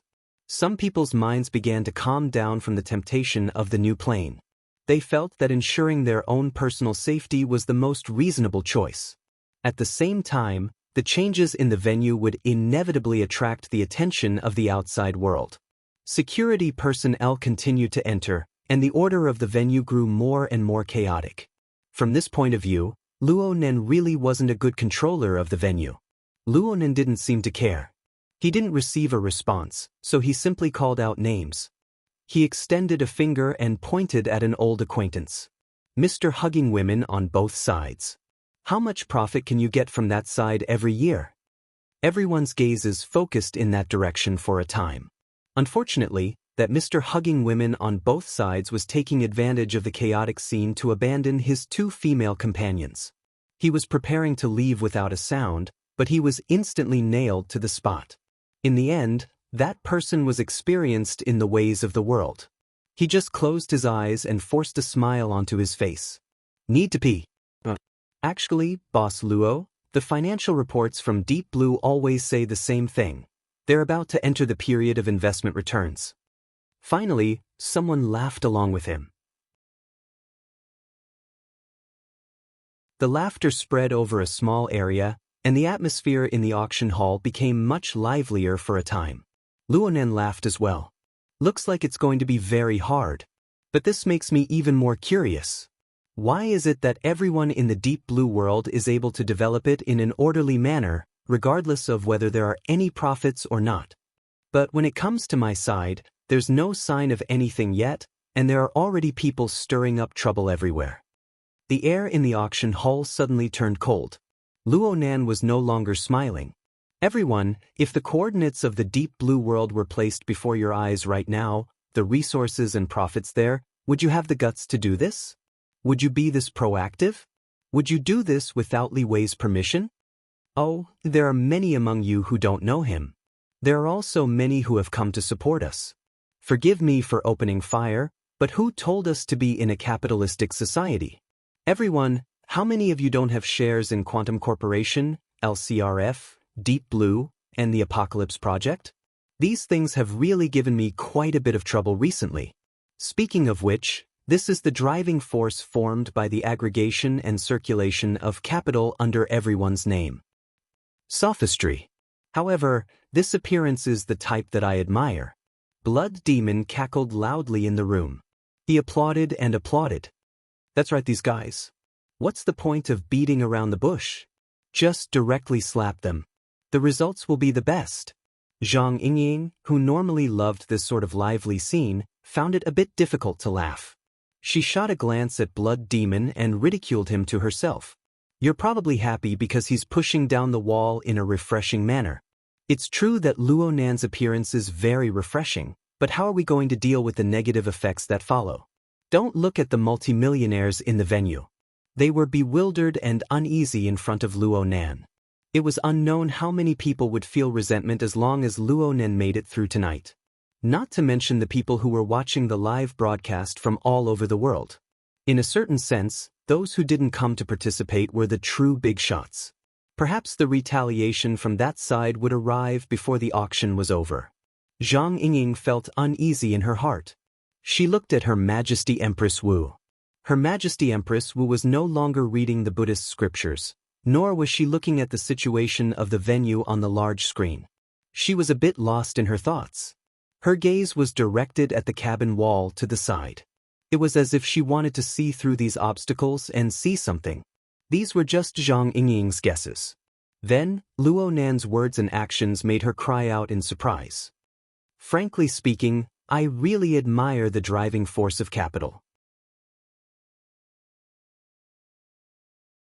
The simple word, benefit, is able to move a fellow far more powerful and troublesome than everyone here. Luo Nan didn't turn his head. He just pointed his thumb backward and pointed at the curtain wall. Figures formed where Luo Nan pointed. The first figure was a person Zhang Yingying was very familiar with, the Horned Demon. Zhang Yingying knew of Luo Nan's writing skills, but she didn't know why Luo Nan had drawn the image of the Horned Demon in such detail. It was as if the Horned Demon had been behind the pack of wild donkeys just a moment ago, and only now had his head popped out. Even though it was a simple sketch, one could see that the Horned Demon's clothes were tattered and barely covered his body. He was like a beggar squatting by the lakeside in a daze. She didn't have the chance to organize her thoughts before she heard Luo Nan say, "This is the fellow who makes decisions for me. Without him, there's a high probability that I wouldn't have intersected with everyone here. Yes, I'll say it again. He doesn't have my authorization. At least, he didn't in the past." Before anyone could figure out what Luo Nan meant, two more figures appeared one after the other. They were at the very edge of the curtain wall, one on each side. They felt a bit alienated from the main body of the painting, as if they were a bit disjointed. But it was unknown how many people's expressions changed when they saw their appearances clearly. This was especially true for the ability users of the inner world, including the extraordinaries. Of course, they knew who they were. Gong Qi and Jin Tong. The reason why they paled in fright was because of the timing of the appearance of the figures. But more importantly, the situation that was presented was extremely treacherous. It was different from the settings of the Horned Demons, which were close to the plateau environment. It was completely different from the appearance that everyone was used to. The impression of the people of the inner world was that Gong Qi was normally shrewd, ruthless, and gloomy. He rarely showed his emotions. But what was presented in the painting was his hair and beard standing on end. He had a malevolent expression as he flew forward to attack. As for Jin Tong, he still had a golden band around his forehead. He had a light and fierce appearance. However, he punched forward with a dense killing intent. His mouth cracked open in laughter. It was as if he had killed a powerful enemy. It was as if he had gone insane. This was absolutely not an ordinary scene, nor was it a deliberate ugliness. Anyone with a clear understanding of the situation could tell at a glance that this was the appearance of someone who had reached the pinnacle and was on the verge of decline. If one were to combine reality and consider things a bit more meticulously, it could be said that this was the final moment before death. Yet it was vivid and lifelike. His mind was connected. It was as if he would pounce out from the curtain wall in the next moment and die once more in front of them. Outside the venue, there was silence in a room filled with extraordinaires. The air they exhaled seemed to be wrapped in a cold air. No one expressed their opinion. Even the transcendent death shaman remained silent. At some point in time, everyone's gazes were focused on Abner's face. The latter covered the lower half of his face with one hand, revealing only his tightly furrowed brows. He looked like he was in deep thought. His sustainable and calm breathing, his gradually relaxing shoulder and neck muscles. All these details were enough to explain many things. With Abner's abilities, it was naturally not a problem for him to conceal it. However, his status and habits over the years made it meaningless to control such details. The star shaman and Constance looked at each other. They did not respond. In the end, it was the death shaman who sneered faintly on the mental level. In the auction hall, the people's reactions were a little slow. Among the participants, there were those who could recognize all three metahumans. There were also those who knew one or two of them. There were also those who did not know them at all. However, humans were high-level animals that could communicate. They could always fill in some of the truth through the flow of information. The noisy sound waves of the venue, as well as the dense interweaving of electromagnetic signals, were the carrier and representation of information transmission. In comparison, Kaharamachiko, who stood to the side of the stage, had become an isolated island of information due to her awkward situation. There was no hope for communication, but this kind of loneliness could stimulate her thoughts. She was a bit absent-minded. She wanted to seize the opportunity to leave, but she felt that she might miss an opportunity to save herself. In the end, she looked at Luo Nan.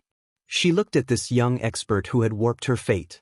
She suddenly had a feeling, although Luo Nan was facing the venue right now, there was no one in his eyes.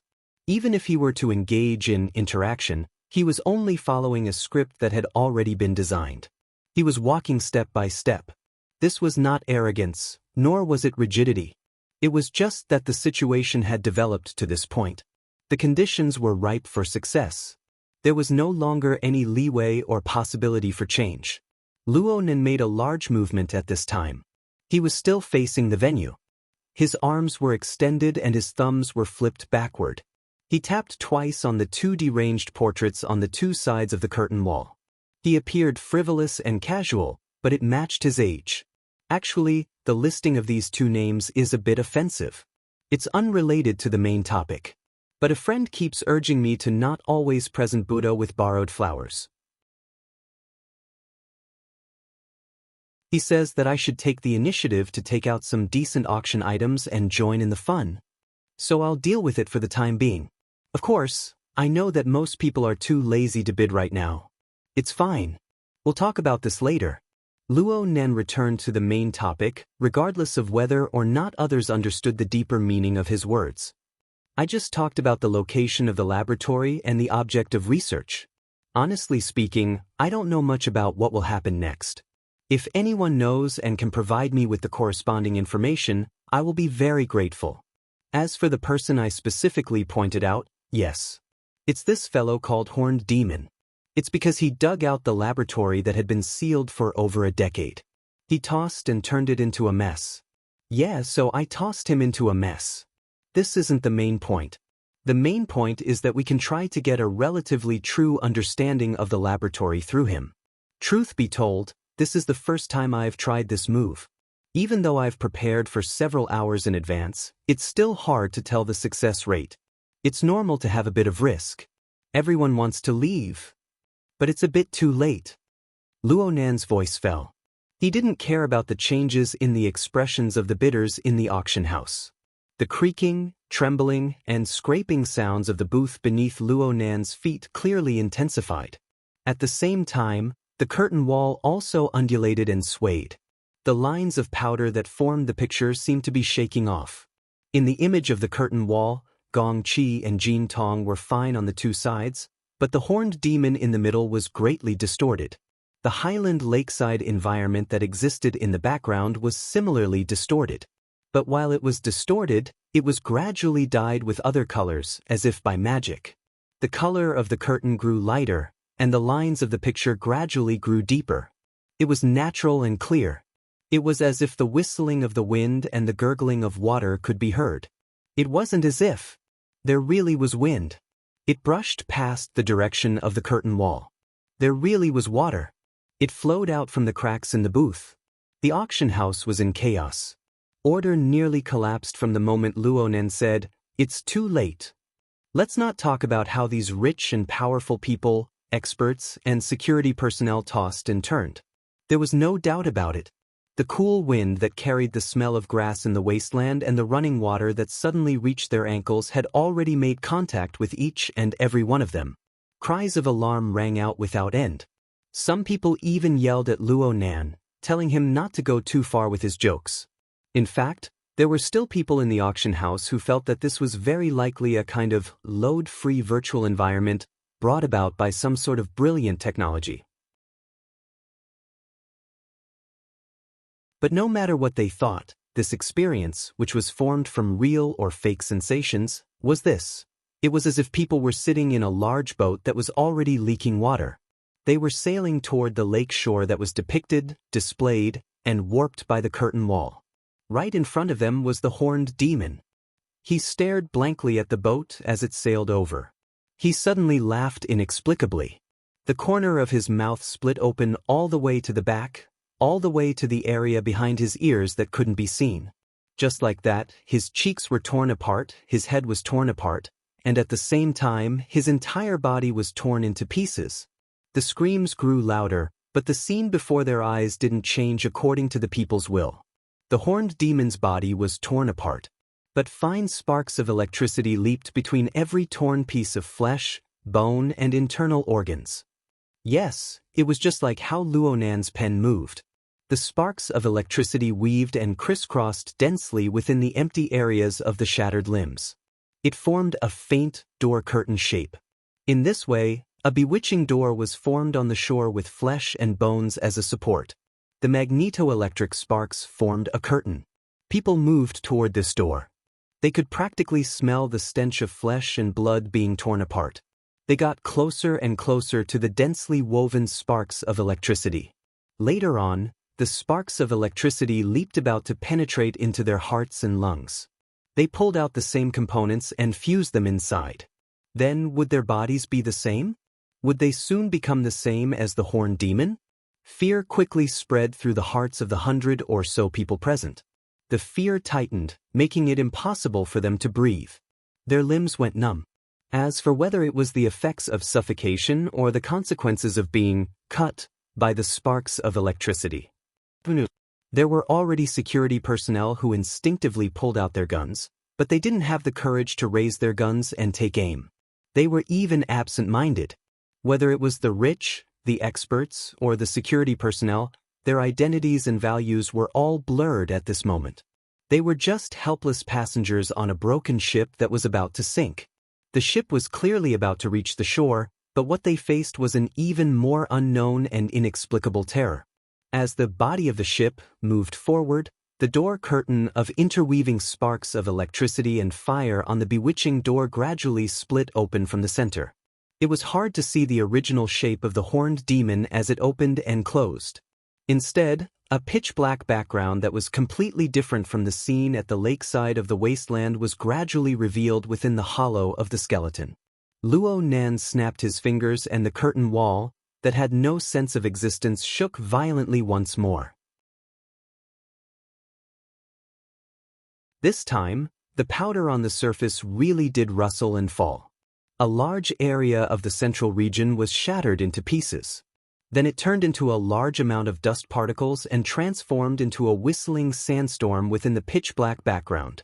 You're tuning in to the Passion Pages YouTube channel. We're so grateful for your support, and don't forget to subscribe to join us on this incredible journey through captivating stories. Your generosity through donations truly makes a world of difference, as it's the primary source of revenue that allows me to expand and enhance this channel for you. Thank you from the bottom of my heart for being a part of this adventure.